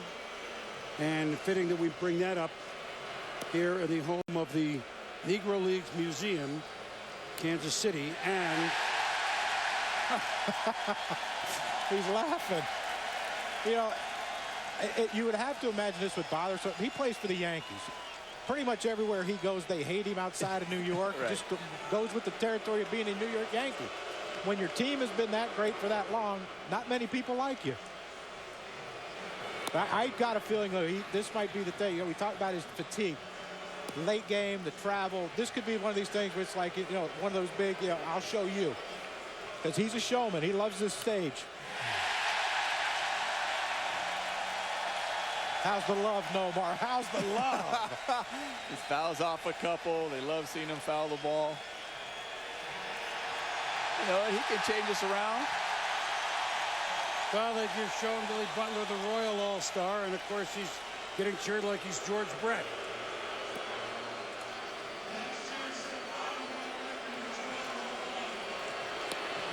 I mean, let's not forget the show that he put on last year. There you go. And it was home runs like that. Just to finish the Negro Leagues Museum, which opened here in 1990 with Buck O'Neill, the late Buck O'Neill, the gentleman, the driving force behind it. Speaking of driving force, it's back, and that's quickly, not quite. Probably the greatest team in Negro League history was here in Kansas City, the Kansas City Monarchs, for whom Satchel Paige starred. Bernie Banks played some, and yes, Jackie Robinson played for a year. Now here's David Ortiz to go out to talk with Robbie Cano.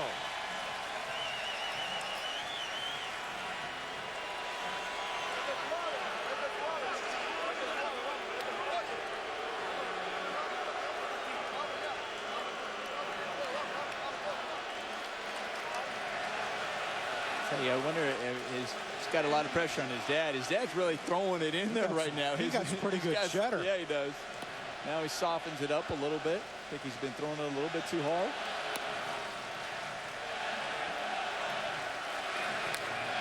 He gets under that, and that's not going to carry.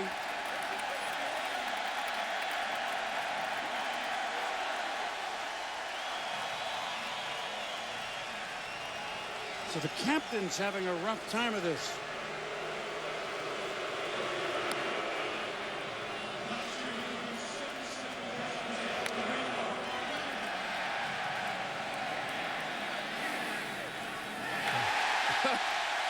Man, when it misses by 6 feet, this is, as Rodney Dangerfield would say, I tell you, it's a rough room.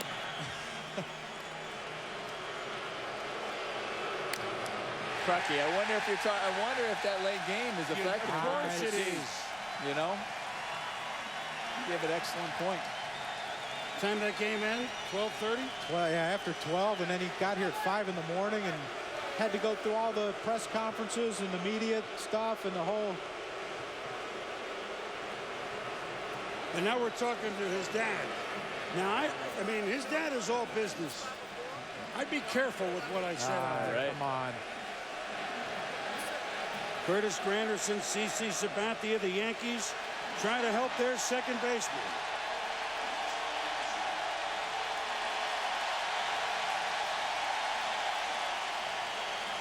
And so Butler again on on the scoreboard. I mean, it is humorous, except that they're having fun, but it's at Robbie's expense. He's patient with that. His dad, who pitched a little with the Houston Astros back in the day, that won't get done.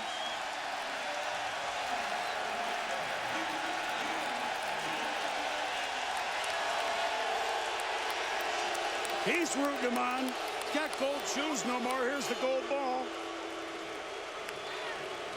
Hey, look, the Yankees and the Royals back in the 70s, they went at it pretty good, so they have no problem booing a Yankee in this park, generally.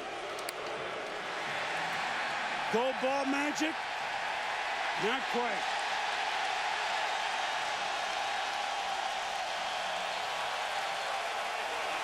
So we will not have a defending champ, Robbie Cano, with a goose egg. And here goes Dad over with a hug. Don't say you're going to give it to Billy and not give it to him. I don't know what to say, Nomar.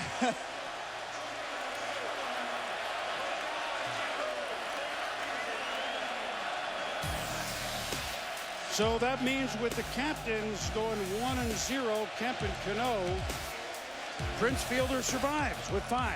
Jose Bautista with 11, long in this thing. Carlos Beltran, who started it off, and Mark Trumbo and Prince Fielder. Those are your 4. Carl Ravitch, fans can be tough. Yeah, they certainly can, and not what you expect in the Heartland. You didn't expect a 0 from Cano, and you certainly didn't expect the behavior to at least last that long during the round for Bautista. Yeah, for Cano, I should say. It was kind of ugly. You know, that's not what this whole thing is about. It's supposed to be positive. You kind of hate to see that, Terry. Well, you know, they're having fun with it, and I think Robbie Cano, I get it. He'll get over it. Let's talk about the positive, though. How about Mark Trumbo? Laser shots. How about some of those balls? We're sitting behind the set, and he hit a ball on top of the roof. Unbelievable. Two things for me. Jose Bautista looks good, and the strength of Mark Trumbo, like you're saying. Yeah. Strong. Impressive. 3 American League guys advance, 1 from the National League. Second round coming up in a moment here. It's the Home Run Derby 2012. We're just living for today. Keep our light on in the haze. Yeah, forever we will stay. We are the ones still swinging. Well, he jumped at that pitch. Oh! Wow! Goodbye! Back! Gone! Oh, man! Solid goal!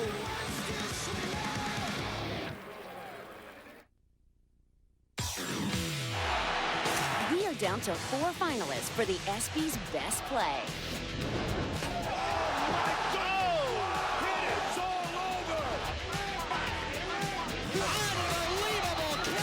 Go to ESPN.com/ESPYs to vote and watch the ESPYs on Wednesday to see who wins. Well, that's always fun in Los Angeles. 9 Eastern, 6 on the West Coast. We got a pregame show. I got our top 10 plays of the year. We got lots of stuff going. Some of these ball players will be there as well, including, I know, the skipper of the National League, Tony La Russa, on his way. State Farm gives you the chance to go to bat for what matters most to you. StateFarm.com/go to bat. The fountains flying, especially when the ball goes in there. That was impressive. We've had a few floaters today. A floater. A root beer floater. Right. And so now we're down to 4. The batting order is those from the fewest to the most. So Prince Fielder with 5, Carlos Beltran 7, Mark Trumbo 7, Jose Bautista 11. The numbers carry over from round 1, so Prince needs a big round. Now, look, some of us barely made it. I picked Prince Fielder, came into the bathroom window. Right. However, you guys you're gone. Yeah, I had Cano, and I think fatigue got to him, and my boy Crucky over here. Pick Cargo. Yeah, well. Cargo got off to a good start. He did. He did. That's all right. He'll win one before it's over.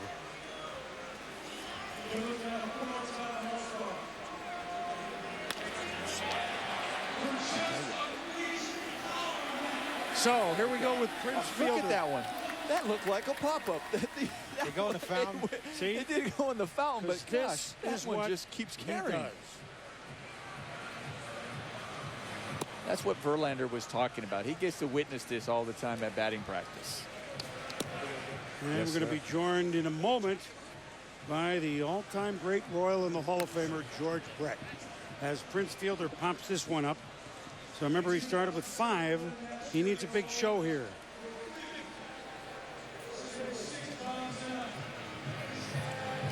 Well, you can see the total there on the right with 6 because the round 1 and this round, they combined the top 2 of these 2 rounds going to the final.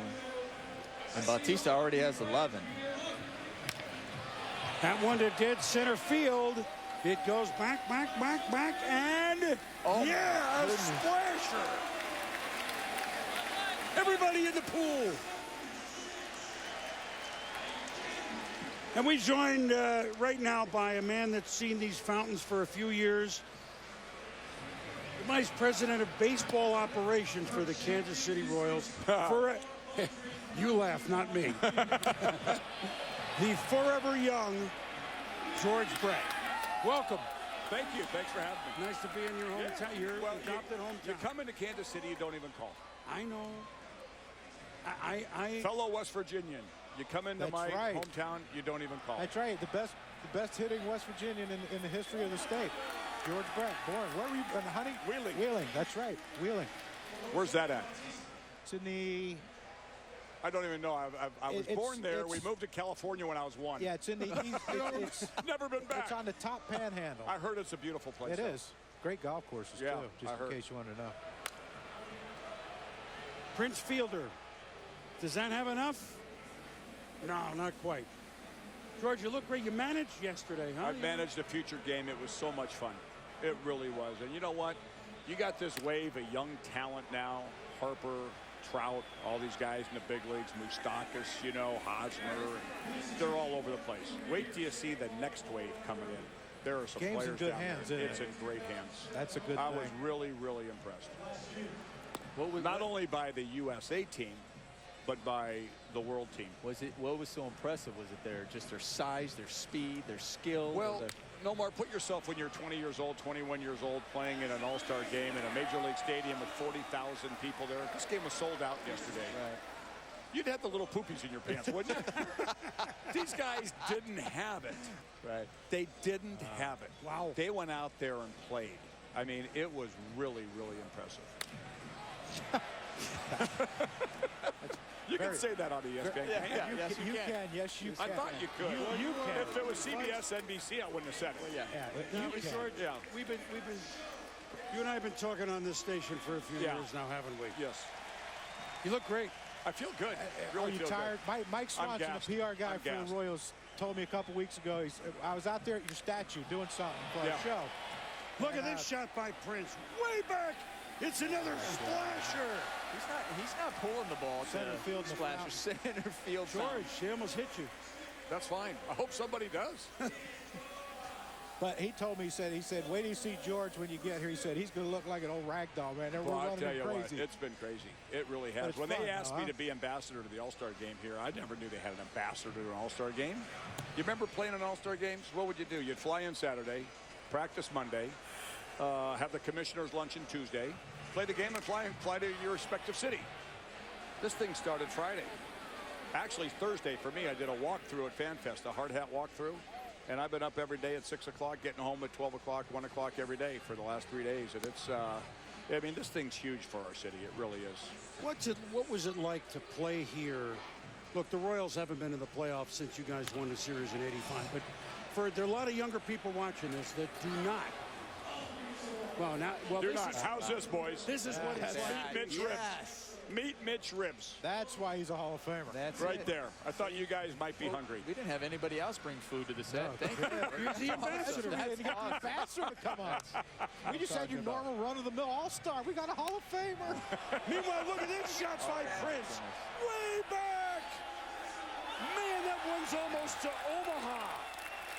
That's the wrong direction. That'd be St. Louis. Oh, you're going to call it. You know what? That would be St. Louis. I bring you on the set as a longtime friend. Yeah. You're going to show me up because I don't call you. We're going to re-induct him. You guys have a lot of fun doing this. Well, we do. George, tell a lot of younger folks that don't remember the Royals every year postseason, the great series with the Yankees, the World Series in '80 with the Phillies, it didn't work. And, of course, the comeback against Toronto. '85, the series against the Cardinals, which you guys won. What was it like to play here with that team, with this fan, in this park? Well, we didn't have all the bleachers out in the outfield, okay? The stadium basically ended, the seats basically ended 20 feet past the foul lines, and the rest was bullpens, water fountains, and a big green grass yard out there in left field. We averaged 30,000 a game. April's terrible weather here. School's still in session. But every Thursday we would sell out in the summer. Every Friday sold out. Every Sunday sold out. And we'd get about 30,000 on Sunday. And it was a destination for people in the Oklahoma, Iowa area, you know, Nebraska area. Kind of where that ball's going? St. No, Louis. St. Louis. Well, that's never mind. Well, we can get people in Columbia, you know. But it was a destination. I remember driving out of the ballpark here. You'd see just as many out-of-state license plates as you'd see in-state. Kansas, Missouri. There would be people, and they'd come here, and this was their destination. They would go to the Royal game Friday. They'd go to the Plaza shopping on Saturday. They'd come to the Royal game Saturday night. They'd go to Worlds of Fun or Oceans of Fun, big amusement parks owned by Lamar Hunt. And then they would go back to the respective city. But this was their annual vacation, coming to Kansas City and going to Royal games. And it was a lot of fun. It really was. We were competitive, made the playoffs 7 out of 10 years. Unfortunately, we kept going up against the Yankees and had a tough time beating them. But we finally beat them in '80. Phillies had a great team. They beat us. And then '85, we did it all. And it was something special. Will we see, you're the last one, not the last, but when you hit 390 in 1980, since Ted Williams, as you know, it's the highest average. No more. You were up there for a while one year. Yeah, I was back. I ended up 372. Yeah. What year was that? That was back in '99. How long were you over the 400 mark? In 2000. I'm sorry. How long were you over the 400 mark? I remember looking up at the end of July. I remember this specifically because I remember being on deck and I didn't look at my average. And I looked up and it showed 398. It was toward the end of July. I was at 398. And I remember a fan yelling at me behind while I was on deck, "Nomar, 398, let's go!" And he used a couple of other church words, and I was like, man, really? The minute I patted myself on the back thinking, man, 398's pretty good, you get humbled really quick. Right, yeah. I got home that year after hitting 390. And I lived here year-round then. And I went home for Thanksgiving for some reason, and my whole family was there. And the first thing my father said to me when I walked in the house, he said, "You mean to tell me you couldn't have got 5 more hits?" Those are the Brett Dadden boys. Look at, that almost, the question is, well, as Prince, by the way, we're having a good time with one of the great hitters of all time. That was quite a show. He had 5, and he hit 11 this round, and he has a chance. Prince does.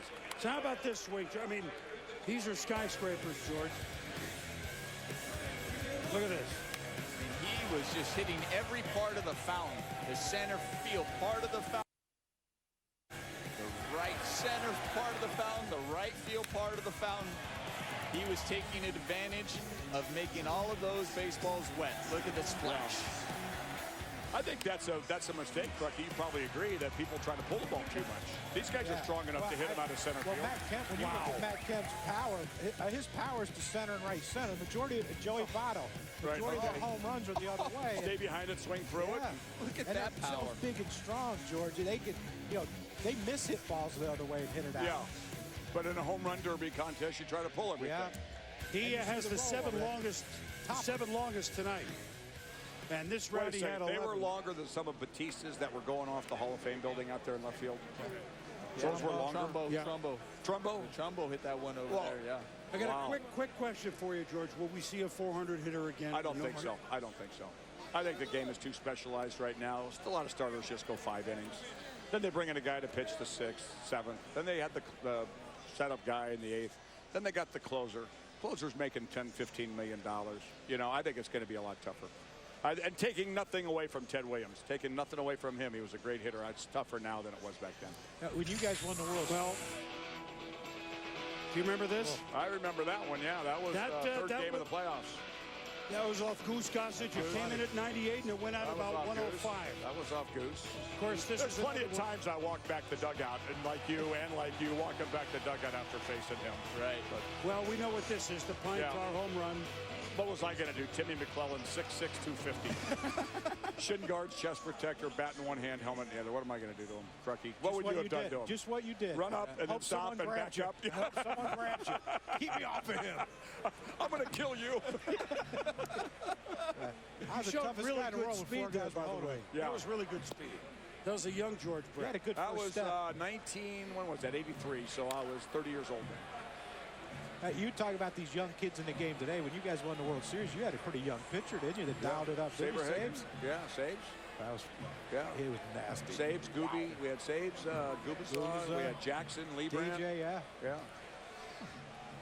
This young man, Carlos Beltran, of course, began his career in Kansas City. I love this guy.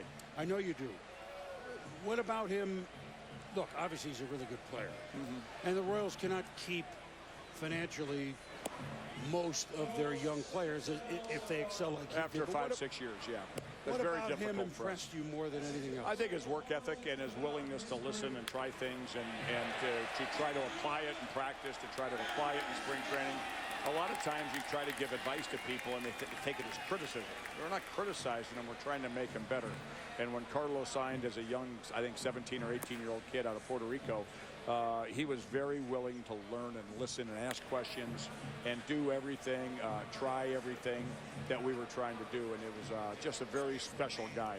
A switch hitter, he could run, throw, he could do it all, 5-tool guy. And I'd just love to see what would happen sometime if we were able to keep a Beltran, a Dye, some of the guys that we get rid of after 5 or 6 years because economically we can't keep them. It just doesn't make economical sense for the owner of this ball club to keep them. I'd love to see what would happen if a Beltran played here 15 years to see what he could do in this ballpark. Just a great guy, and he's a great guy off the field, too. I mean, he's just one of my favorite players, no matter what team he plays on every day. When you first get out of the game, Nomar, you always kind of look at your friends that you played against, guys you played with, and you follow their career. Right now, I think there's one guy playing today that was playing when I was still playing, Omar Vizquel. Not really worth following because he doesn't play every day. But I still pick up the paper every day, and regardless if he's with the Cardinals, if he's with the Mets, if he's with the Astros, I pick up, and the first thing I do is I look and see what Carlos Beltran did every day in the paper. Well, I'll tell you, if he listens to this and hears that you're looking at what he's doing every day, I bet you he's just tickled pink to say, George Bredkis is looking at what I'm doing. When the Cardinals were in town right before the All-Star break, I went over and visited him for the first time since he's been traded. First time since I've seen him. And just told him how proud I was of him, of not only a ball player, but the way he's conducted himself as a Major League Baseball player. Very, very proud of that young man. What do you think about this Adam Jones guy for the Orioles? I don't know him that well. I did do a top 10 list with David Letterman with him today. We were standing next to each other. And he's very good. He did it in one take. He did it in one take, which was good. We did it in one take, which was good. You like the ribs my friend Mitch made. Meet Mitch, MEATmitch.com or whatever it is. He's a neighbor of mine, and he's also the TaylorMade rep. So guess what kind of ribs and clubs? Ribs and clubs. Hey, get the card, Crucky. Get the I card. got more. Hey, and shoes. Oh, my goodness. Golf shoes. Well, what more do you need? Pretty good. I'm moving to Kansas City. Honey, I'm not coming home. Jonesy, how are the ribs? Have at it. We have it. We have plenty. That's the same stuff that was in there. I brought this to these guys because I thought they might be hungry. Because we can't miss a meal. No. Hey, how's your son doing from Brown? They're doing great. Yeah, Sheridan's out here. She came out. Is she? I got my whole family in town. Everybody. First time we've been together in about 4 or 5 years. Have you seen him? George's. Very little. Yeah. That's George's niece. That's Kenny Brett's, the late Kenny Brett's daughter. Who went to Brown when my kids went to Brown. Meredith and Doug. Yeah, doing great. Good. I'll tell him he said, hey, yeah, please Sheridan doing good? Please do. Yeah, she's here tonight. Good. Are you going to the gala afterwards? Yes, sir. I'll reintroduce you at the gala. To that. Yeah. Oh, my. What a surprise. Remember that night in Cincinnati? Wait, George, we really going to go through all this? No. Your boy is putting on a show right now. Beltran, Oh, my goodness. He just went the opposite field and center field the other way, and then he just hit another splash ball. George, I can't believe you brought up Cincinnati. We'll let it go. It wasn't early. We'll just leave it at that. It was kind of hot there that night. Remember it was how like sweaty we were? It was here on Saturday, right? Yeah. Were you in town Saturday? No. I know you had I would have called you. What's today? At any rate, crunch time for Carlos Beltran. Now, Crucky wiped his. That's got ribs all over. No, that was a different side. Okay, good. We flipped it around. What else 8 outs. Do you need anything else? Beltran's got. George, I'm good. Thank you, sir. I like your vest you're wearing. Yeah. God, I like that. It's leaking. But I'm cool. Crunch time for Beltran. He gets under that, and now here comes the gold ball. Now, look, Jesse James, Rob Banks, not very far from here in Liberty, Kansas, etc. Maybe there's gold left that he didn't take. I'm going a long way to make that work, George. But again, isn't it amazing how many guys have hit a home run with the gold ball? Yes, that's what I think is happening. The gold shoes. Let me ask you a question. If you're State Farm, do you want guys to do it? Oh yeah. Do you really? Yeah. Yeah, I think they do. Don't you? Well, I don't think they'd like it if it turned out to be like $5 million. Well, probably not there, but you know, what's a fair price to pay? Now here's one shot. Is that Beltran? That went in the fountain. Wow. In the spray chart, and then George, I got to ask you a very important question when we get done here. It has nothing to do with old All-Star games either, okay? So look, you're the ambassador, you're the vice president of baseball operations. Do you have the power to turn on the fountains? Can you do that for us? I mean, you can do everything else. You want them on right now? Just say, can you turn on the fountains? Can you clap? Hey, can somebody please turn on the fountains for Chris? need a phone? Well, let's see. Let's see how much power. Somebody please turn on the fountains for Chris. Let's see how much on power the count. you have. I'll count down from 10. There it is. He's amazing. You are amazing. The Hall of Famer, the greatest Royal of them all, George Brett. Thanks for having me. Welcome to Kansas City. Thanks for coming. Okay. Thanks, George. Okay. See you tomorrow. Thanks for the ribs, too. 2 left in the second round. Then it's time to crown a champion in KC at the State Farm Home Run Derby.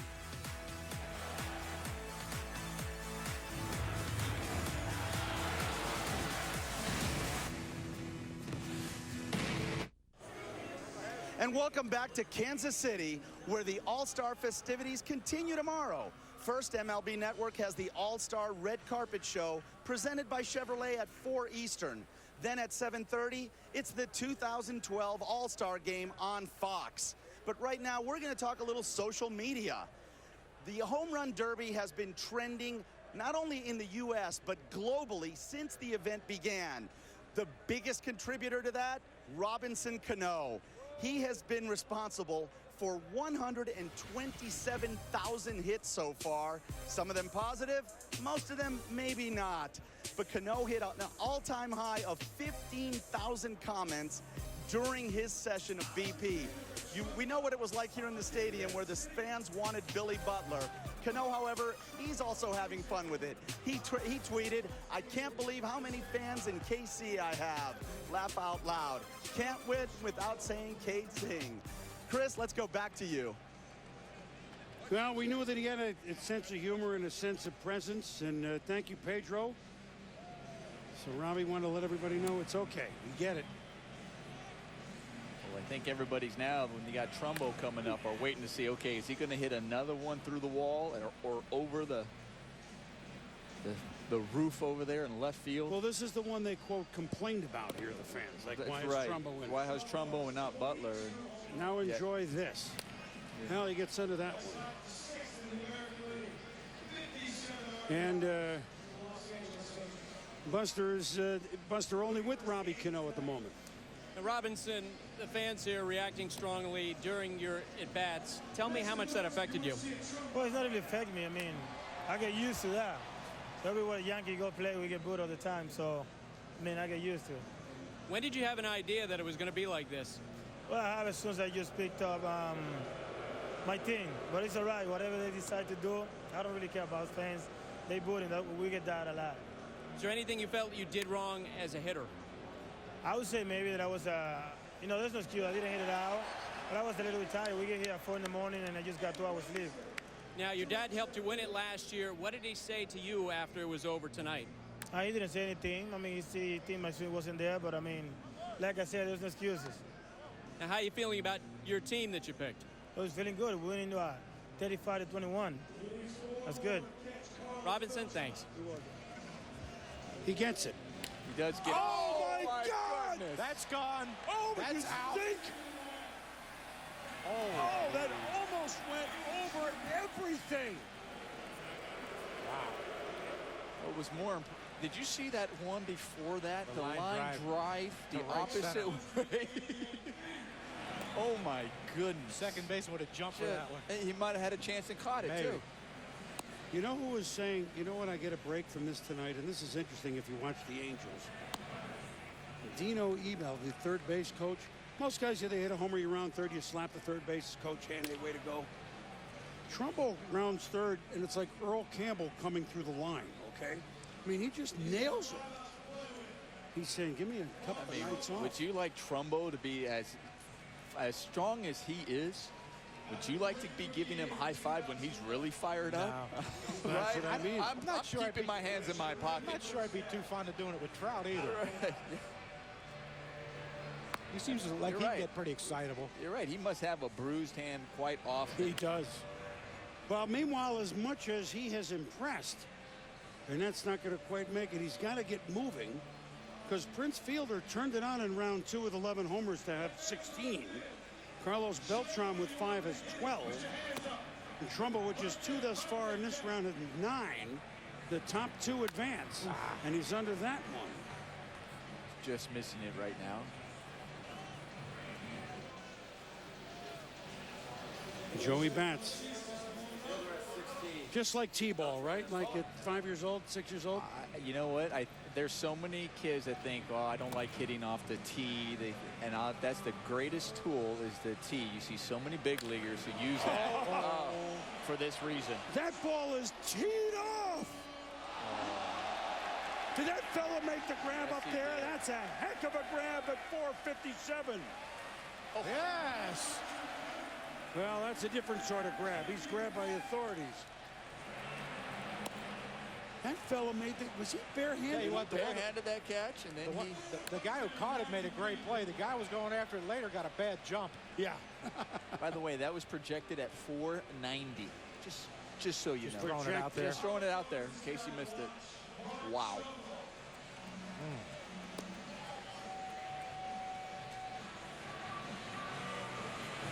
Oh, back. Way gone. That might have been the biggest splash so far because that was on a line.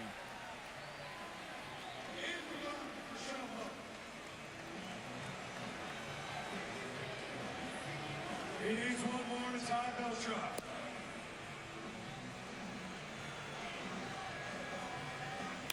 Oh, man! Gone! That's like using some of the golf equipment George was talking about. Yeah, that's that Tiger Woods little 3-iron stinger. So Mark Trumbo coming alive. There's his teammates, Weaver, Trout, and Wilson. Well, he has as many as Beltran now. That's big. And now he has more than Beltran. Way out of here. Come on.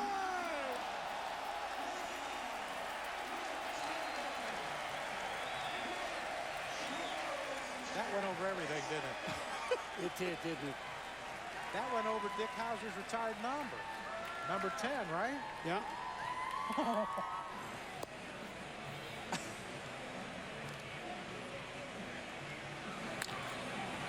That may not quite have enough juice. So now comes the gold ball. But he has passed Beltran. So that's one hurdle for him. Well, if he can pass Fielder, then he knows he's guaranteed a spot. He needs 3 more to tie Prince Fielder and be guaranteed another chance at it. All those angels on their feet. C.J. Wilson taking pictures, and he just gets under that one. So Mark Trumbo, the youngster, the 26-year-old, has put his name now, if not the lore, certainly into the annals of this State Farm Home Run Derby. That was prodigious, fellas.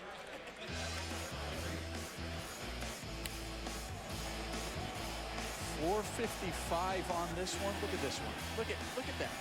Oh my goodness. Now here's the one. Look at this fan. Watch the play made. Is the officer out there? Nice. These guys are tough, the Kansas City Police Force. And he gives it away. That's great. This was projected for 90. But wait, as they say on late night TV, but wait, there's more. Oh, look at that. It's just the one over everything. That's something you can watch over and over again. Just in slow motion like that pretty swing.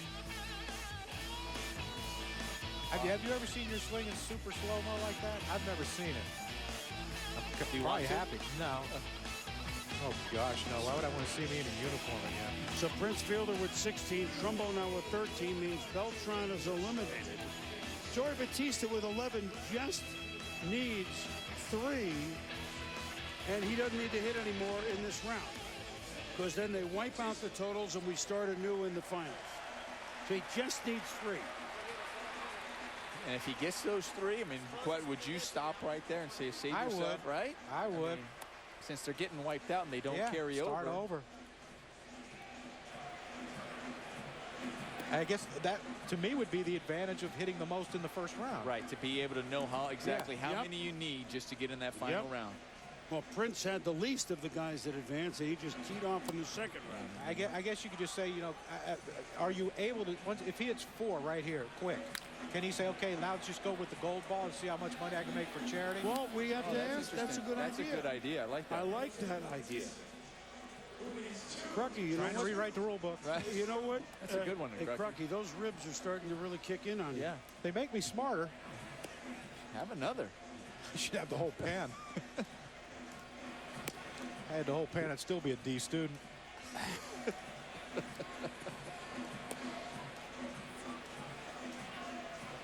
Most home runs in the majors the last 2.5 years. When up 26 men to hit over 50 home runs, that's going to be foul. First, of course, on that list was the one and only Babe Ruth.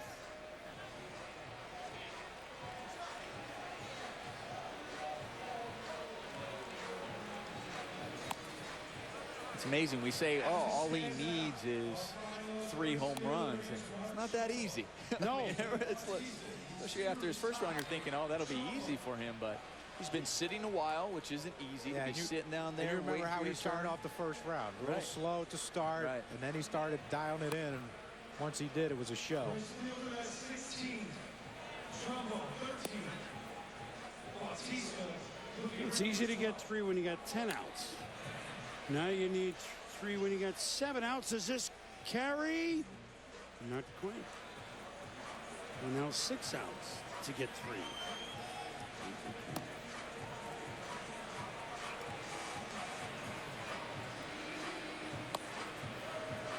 Now remember, he had the catcher set up on the inside, which you saw, Nomar. He's still there.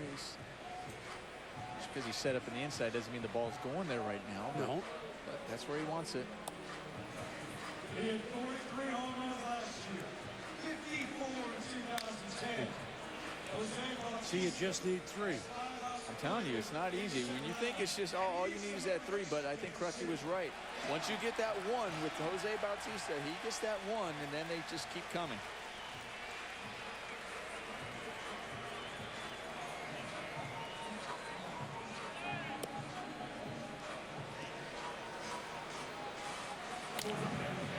That might be the start. Is that going to go? It's close. It's close. No. Not quite. Uh-oh. Didn't sound like, I mean, he didn't hit that solid. It almost sounded like not a crack in the bat, but it just. Well, I'll tell you what, to make it fair, sometimes you might have to give a guy like Trumbo a crack in the bat because the way he hits those balls. Wow. Well, this one is going to be out of here, so now Bautista on the board. Yeah, let me just slow everything up and hit one 450. It's amazing.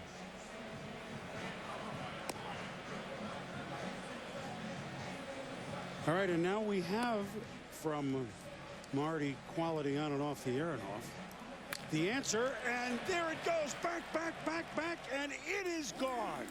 He has the option, if he hits 3, to go right to the gold ball and keep hitting.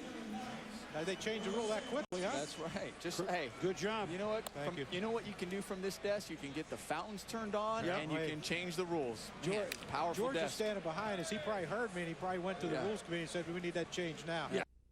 And he probably heard me, and he probably went to the rules committee and said, we need that change now. Yeah. He can do a lot of things around this city. You've seen that.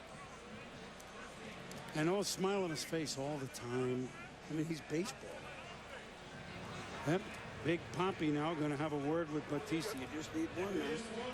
Poppy had a good first step right there. You see that? He got through there.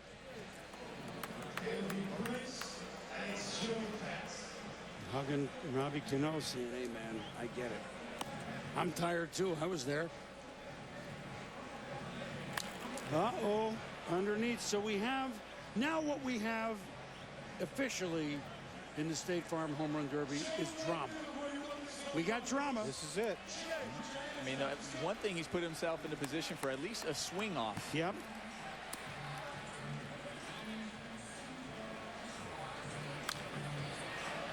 Yeah. I don't know. No, I don't think so. No.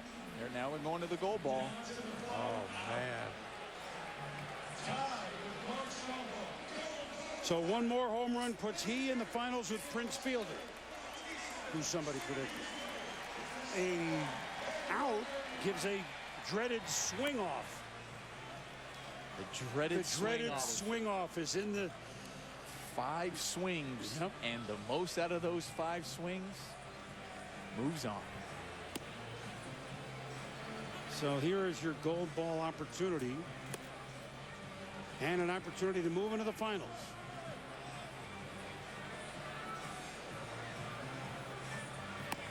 Second round, no gold ball home runs. What's up with that? Fatigue. Fatigue. I think you're right. That'd be my guess. See, that's got to be frustrating for the batting practice pitcher. He starts throwing a couple balls. Now all of a sudden, it's on him.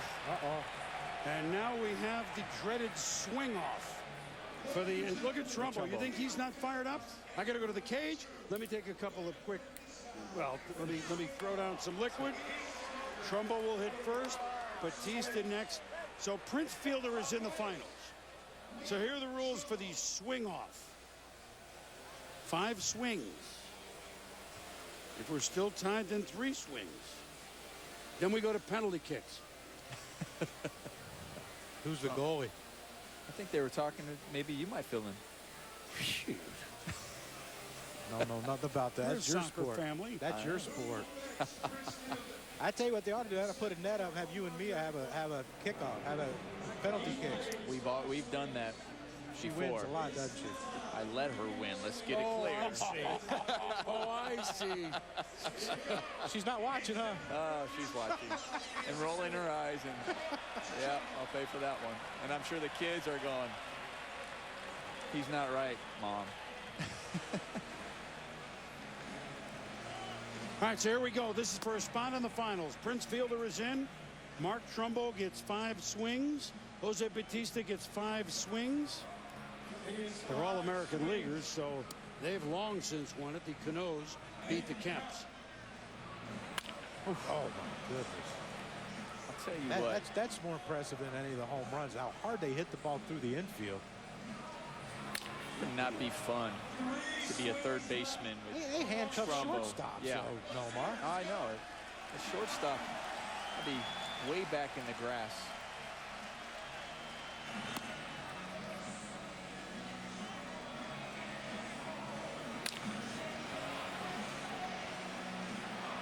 Down to 2 swings. Look at that arm out there. 2 swings for Mark Trumbo. Okay, I got it. I didn't Just get missed that one. Just missed it. Last swing. So now Trumbo trying to just find his range, which is about 460.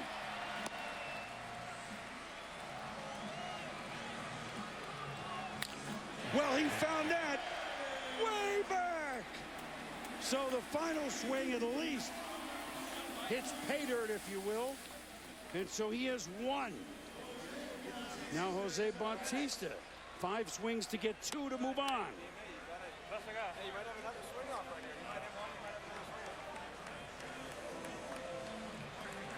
Bautista gets 5 swings.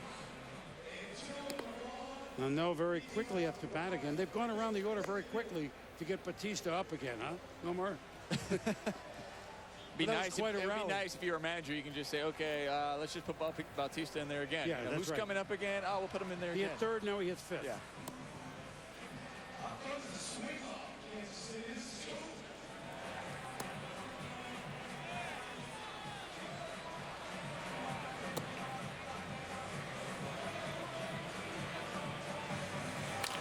Oh, man, that one is way back. So swing number 1 is gone for Bautista. 1 more, and we'll have our finalists.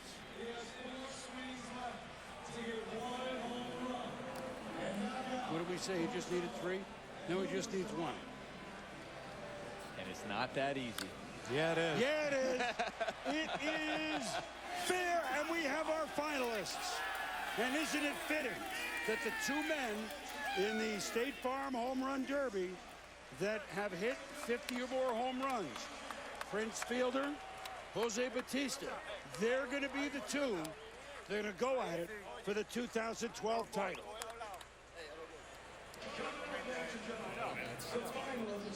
The good thing is it's going to keep all the fans involved. Left field, right field.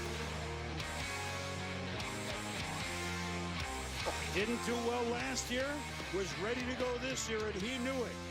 Fielder, Bautista in the finals.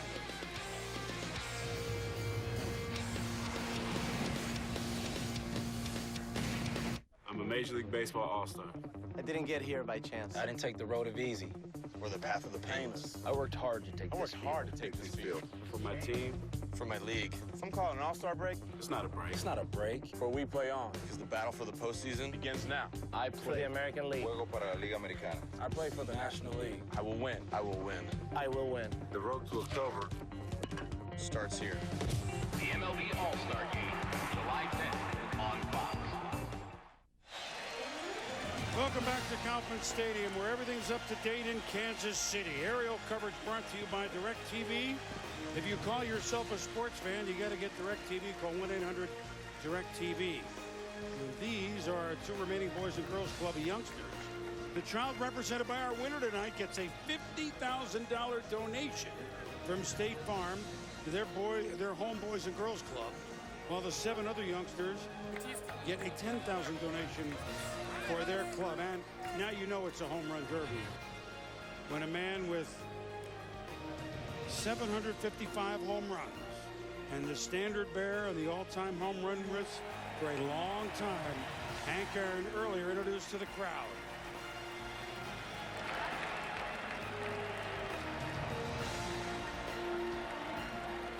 Fans, players salute one of the greats and one of the great gentlemen in this sport. Henry Aaron. Oh, by the way, 2,297 RBIs. 755 home runs. Just to go with those other stats, right. But this man at the plate, Prince Fielder, did something that Hank Aaron didn't do in Milwaukee, or Eddie Matthews didn't do in Milwaukee.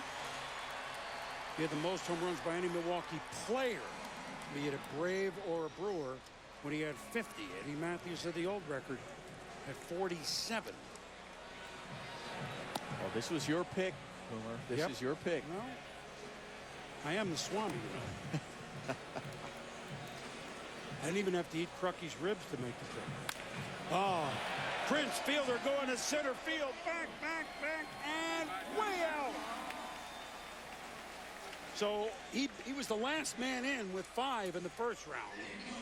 But after 11 in the second round, the most in the first 2 rounds, 16.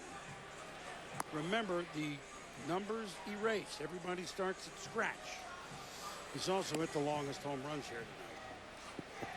All right, who you got, Nomar? Between these two? Yeah. Oh, take Prince now. Right. Oh, really? Are you going to ask that now? Oh, come on over to my side of the tracks. Well, this table's getting one-sided right now as we lean over to the left.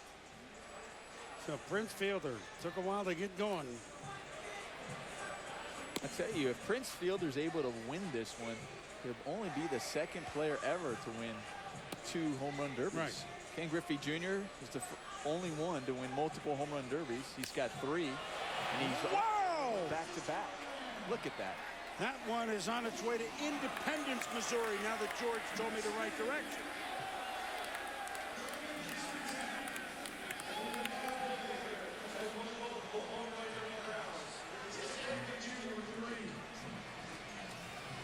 And that's what I was just wondering. Ken Griffey Jr. won it in back-to-back years. Yes. 98, 99. But Prince Fielder, no one's ever won it for both leagues, though. Representing both leagues. And potentially both ends of the same state. Right. In St. Louis and in Kansas City, but we get a long way to go. Long way to go. Prince with 3, just 1 out. 9-year deal with the Tigers. So he will have some of Illich's pizza for a few years down the road. Oh, it's fair. Down the line. It's going to stay fair.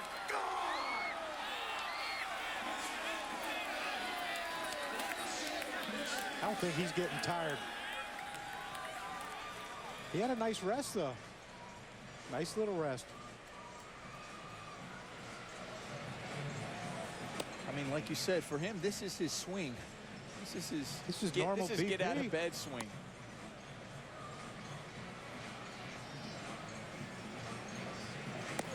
Yeah, that round of BP, get him over, get him in, hit some the other way. It's get him over, get him in, hit a homer. I'm just telling you, you watch not only... Oh man, it's a Raymaker to center field toward the fountains. God! I'm just saying, this is the start of a big second half for him. I'm telling you. Big.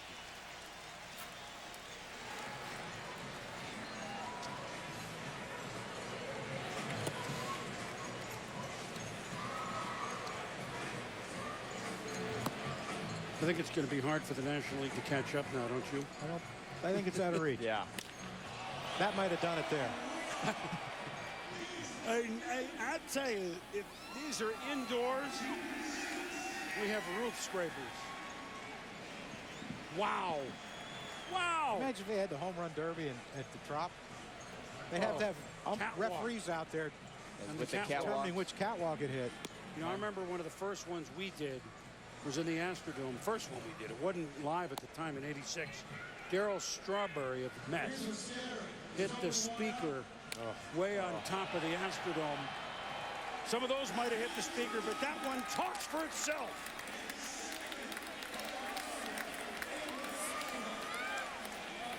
Almost knocked out Nolan Ryan. How can you do that?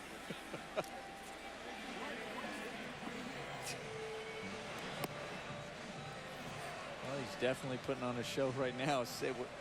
He got his rest, whatever he did. I don't know if he took a nap or whatever he was doing, but he does not look tired at all.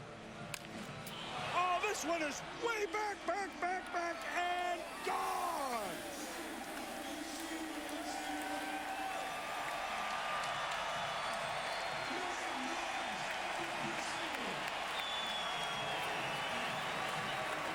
Batista's coming out. He might be thrown in the towel. Let's see if he hit the catcher on the backswing. No. Nah, Oh, he got. Oh, just just a his little. mask a little bit. Little. By the way, there's only one out. Yeah. Okay. Batista came out and looked. He goes, man, I might have started warming up a little early. He might be here a while.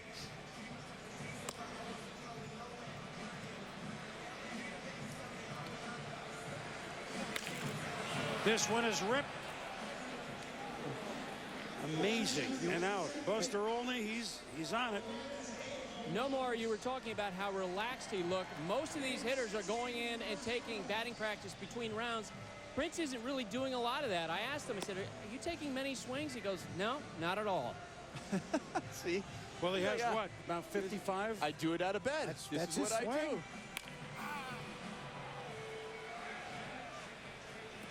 do. But, you know, the promos we run before shows during baseball tonight promoting the State Farm Home Run Derby, he says it on there. He said, I enjoy pleasing people. Well, He's doing that. This is pleasurable for a lot of people here tonight. He's doing that. Get enough. His ball carries. That looks like he popped that one up. Yeah, he popped it up about. And look, it still carries out of it. Still carries out of there. Yeah, they're not scraping the back of the fence. Did that count? Oh, yeah. Oh, they didn't count that one. Oh, no, it didn't count it? What?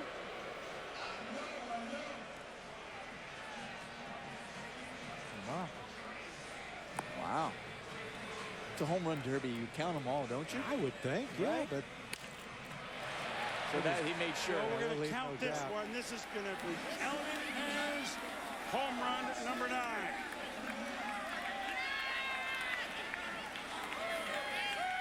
Can't we go? They use instant replay during the season for home run balls. We have to go for that one. That's a good point. I'm just throwing it out there. We'll get George back here. We can get that done. If someone can get that rule enforced. Where's George? Oh, wow.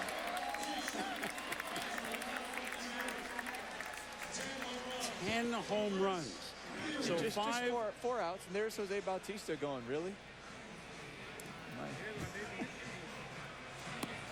You know what he's saying? Come on, man. Right? Like, come on. Well, Bautista did have 11 his first round. So it's not like he hasn't hit this many. Yeah, but he ain't done. No, I know that. 4 outs.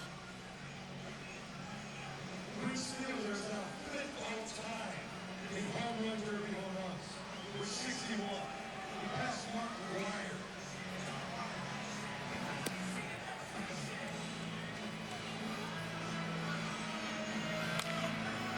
Not quite enough there. Kids. Oh, he's still only halfway done with the outs. I'm going to throw for those kids. Hey, I caught a ball hit by Prince Fielder. You know? Just That's a ball, I mean, a line drive. Yeah, and the parents are sitting up there thinking, oh, thank goodness he caught that and it didn't catch him. Man, center field, way back and gone. Set off the fountains again. Wow.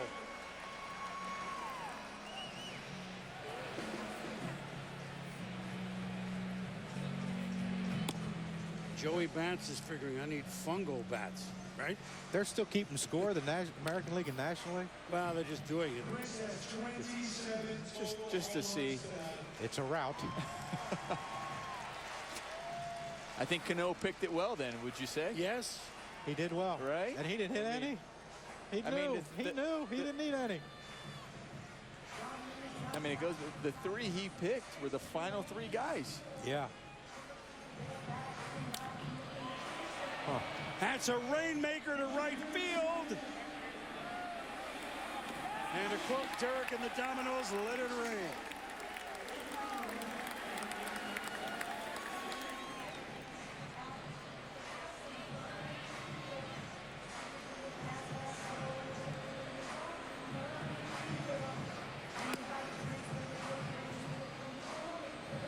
The only thing the National League the American League teams are saying who want to get that home field advantage back is, don't wear yourself out. We need you to hit 1 tomorrow night, right?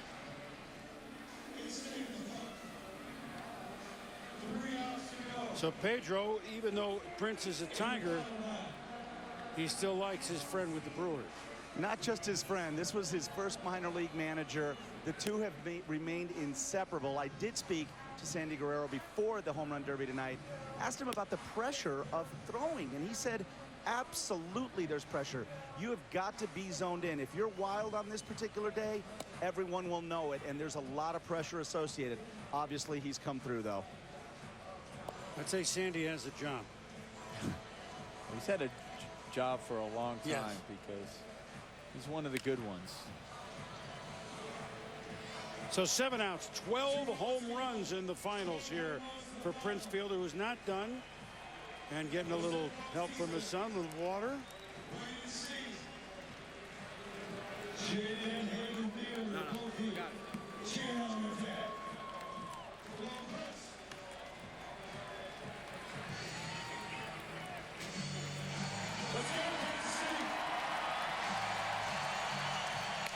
Oh, that had a hair on it, but that will be a double.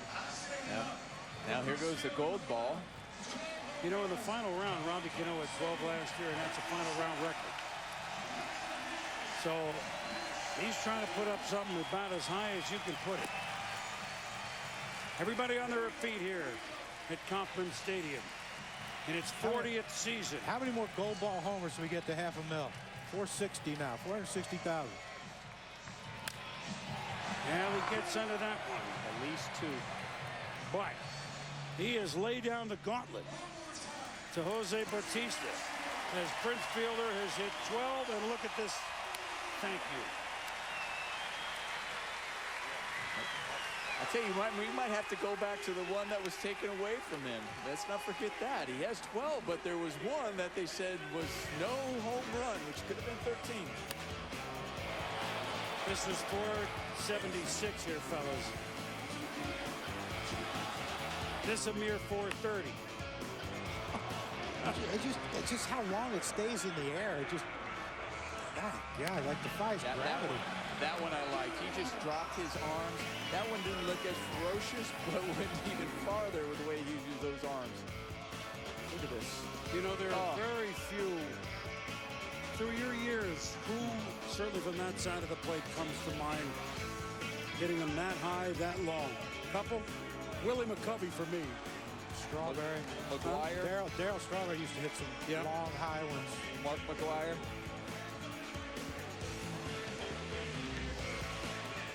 Great job. Thanks, baby. Hey, why you gotta make it so tough on me? I don't know. You got it. He made it tough, all right. He did. So, the man that has the most homers in the last 2.5 years, does he have at least 12 in his bat tonight?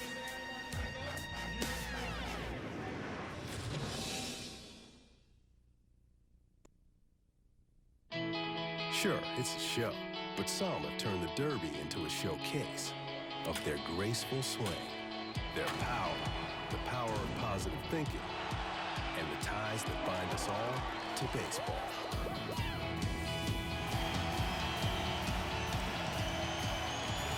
Here in Kansas City, who will be the winner for 2012? Last year, Robbie Cano.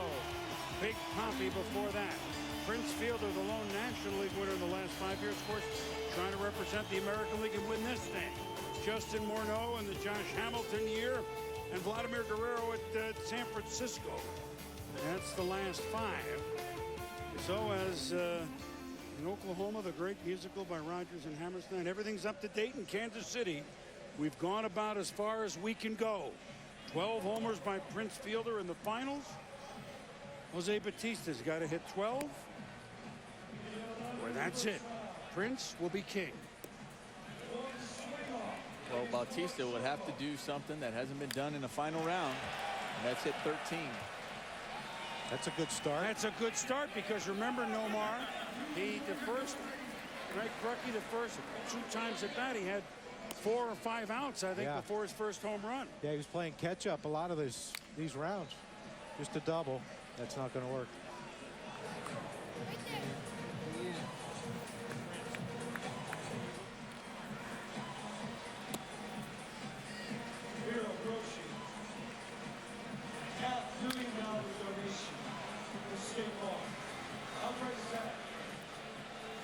So Batista traded from Pittsburgh to Toronto, a struggling hitter, a player to be named later, Robinson Diaz, a catcher.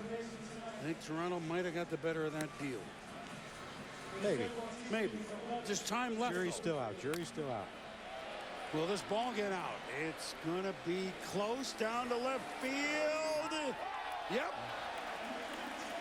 Hit the top of the wall and goes over. That's because you can't reach down over that wall and catch that balls like they did with right Prince. There.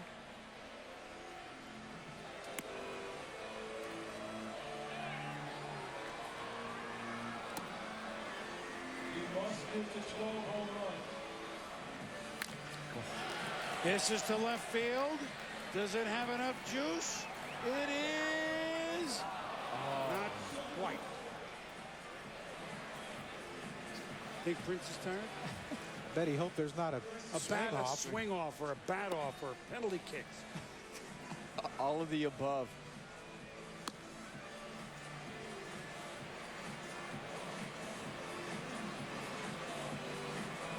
Needs 12. He needs 10 more. Matz will be out number 4. Great job by all these guys putting on a show for everyone tonight. I mean, it's a 3-hour deal. It's a lot of effort. Oh, my goodness. And he's still hitting them far. Way far. Wow. Gone. I think people realize how exhausting it is to be able to swing that hard every single time, hit that many home runs, and for this long. I mean, it's impressive. Not only the distance. Well, that distance is impressive. Back, and we may have ourselves some drama yet. Oh, boy.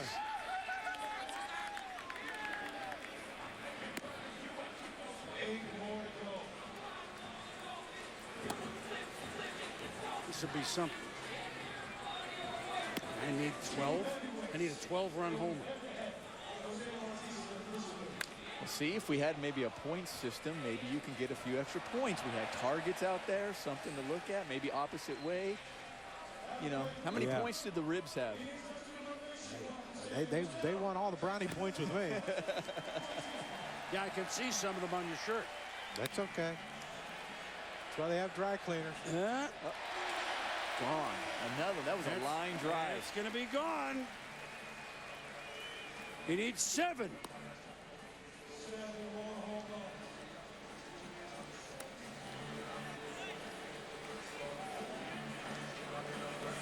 They've had a few home run hitters up there in Toronto, haven't they? Yes, they have. 7 to tie, though. Yeah. It's doable.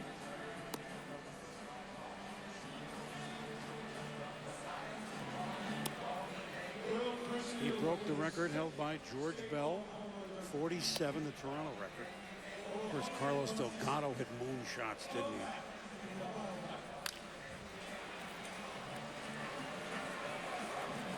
Delgado would hit those moon shots. Yes, like I mean, Prince. there were times when,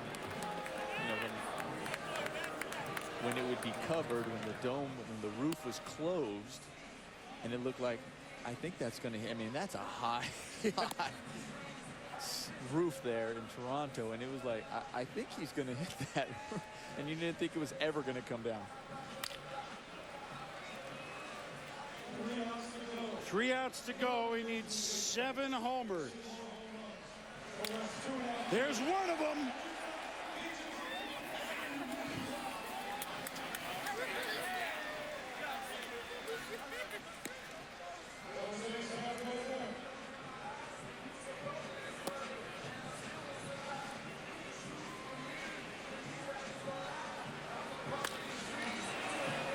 That won't be far enough. Prince Fielder won it in 2009. as a Brewer in St. Louis, about a 4-hour ride on I-70. Trying to win it in Kansas City, the other end of Missouri, for the American League and the Detroit Tigers here in 2012.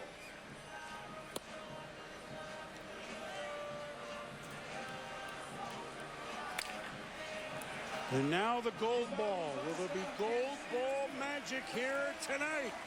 We've seen a lot of it, especially in the first round. Everybody on their feet. Because, as the song goes, it's closing time.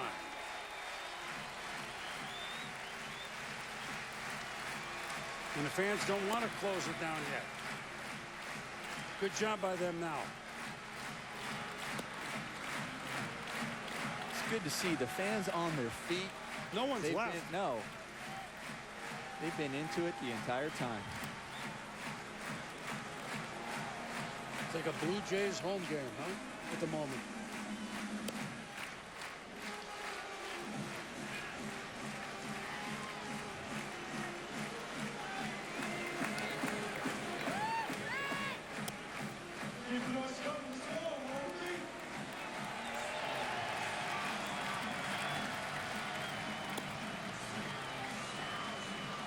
Looking for that one pitch, that one up and in.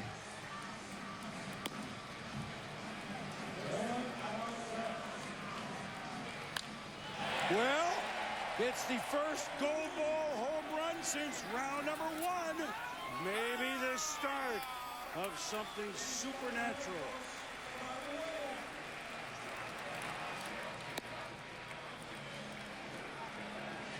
Needs 5.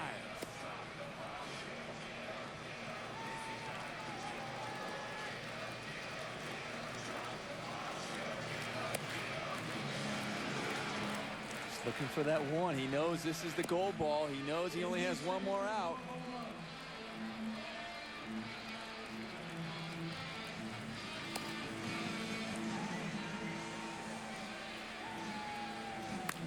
Yep, that's pop, and that'll do it.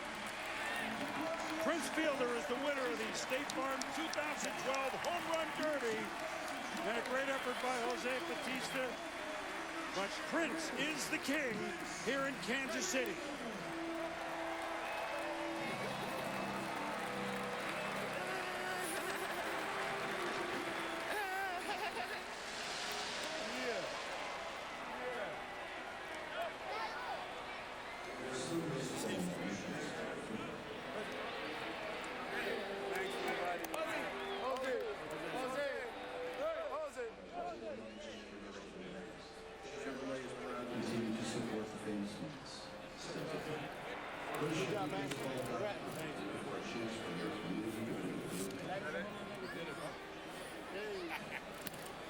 Ladies and gentlemen, boys and girls, people of all ages, we certainly appreciate all your love and support here. Prince Fielder, the longest home runs, the most home runs, and he turned it on in rounds 2 and 3.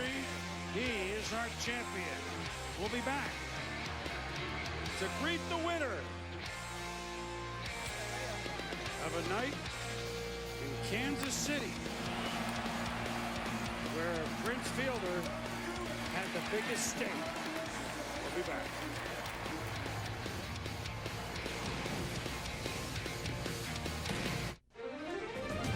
State Farm Home Run Derby presented by State Farm. For auto, home, life, and banking, get to a better state. And also in part by Ally Bank. No nonsense, just people sense. And by Toyota Care, caring for you and your car. We've just concluded the 2012 State Farm Home Run Derby here in Kansas City. And of course, the festivities, which as George Brett has said, has gone on since the beginning of the weekend, really swing in tomorrow. MLB Network is the All-Star Red Carpet Show, presented by Chevrolet, 4 p.m. Eastern. 7:30, it's the 2012 All-Star Game on Fox. Aerial coverage tonight brought to you by DirecTV. If you call yourself a sports fan, you got to get DirecTV. Call 1-800-DirecTV. Now, before we talk to the champion, let's look back now at how Prince Fielder won it for the second time in 4 years Here, fellas, our Audi moment of achievement.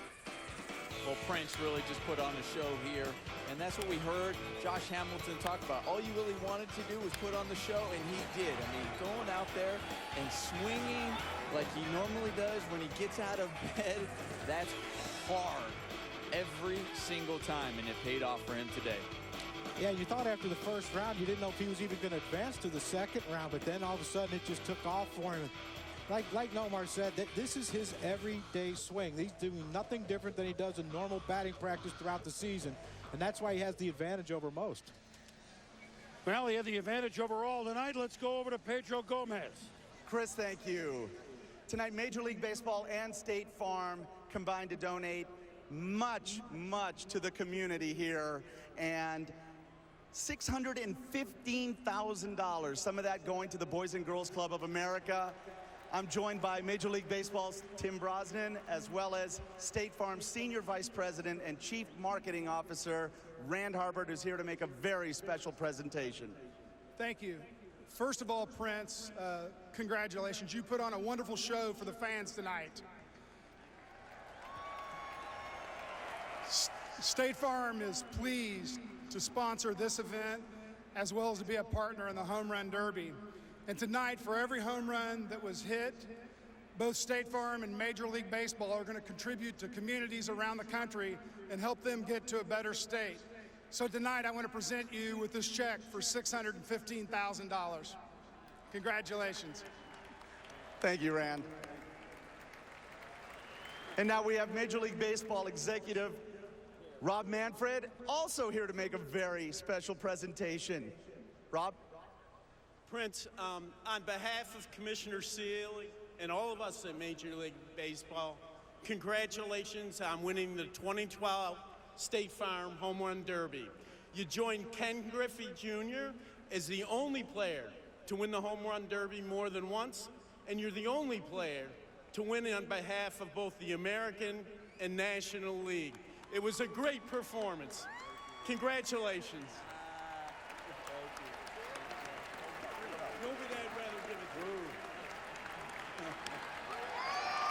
But don't drop it.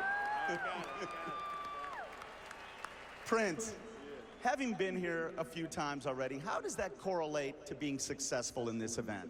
Well, it definitely helps. I mean, the first time it's weird, without the cage behind you. So,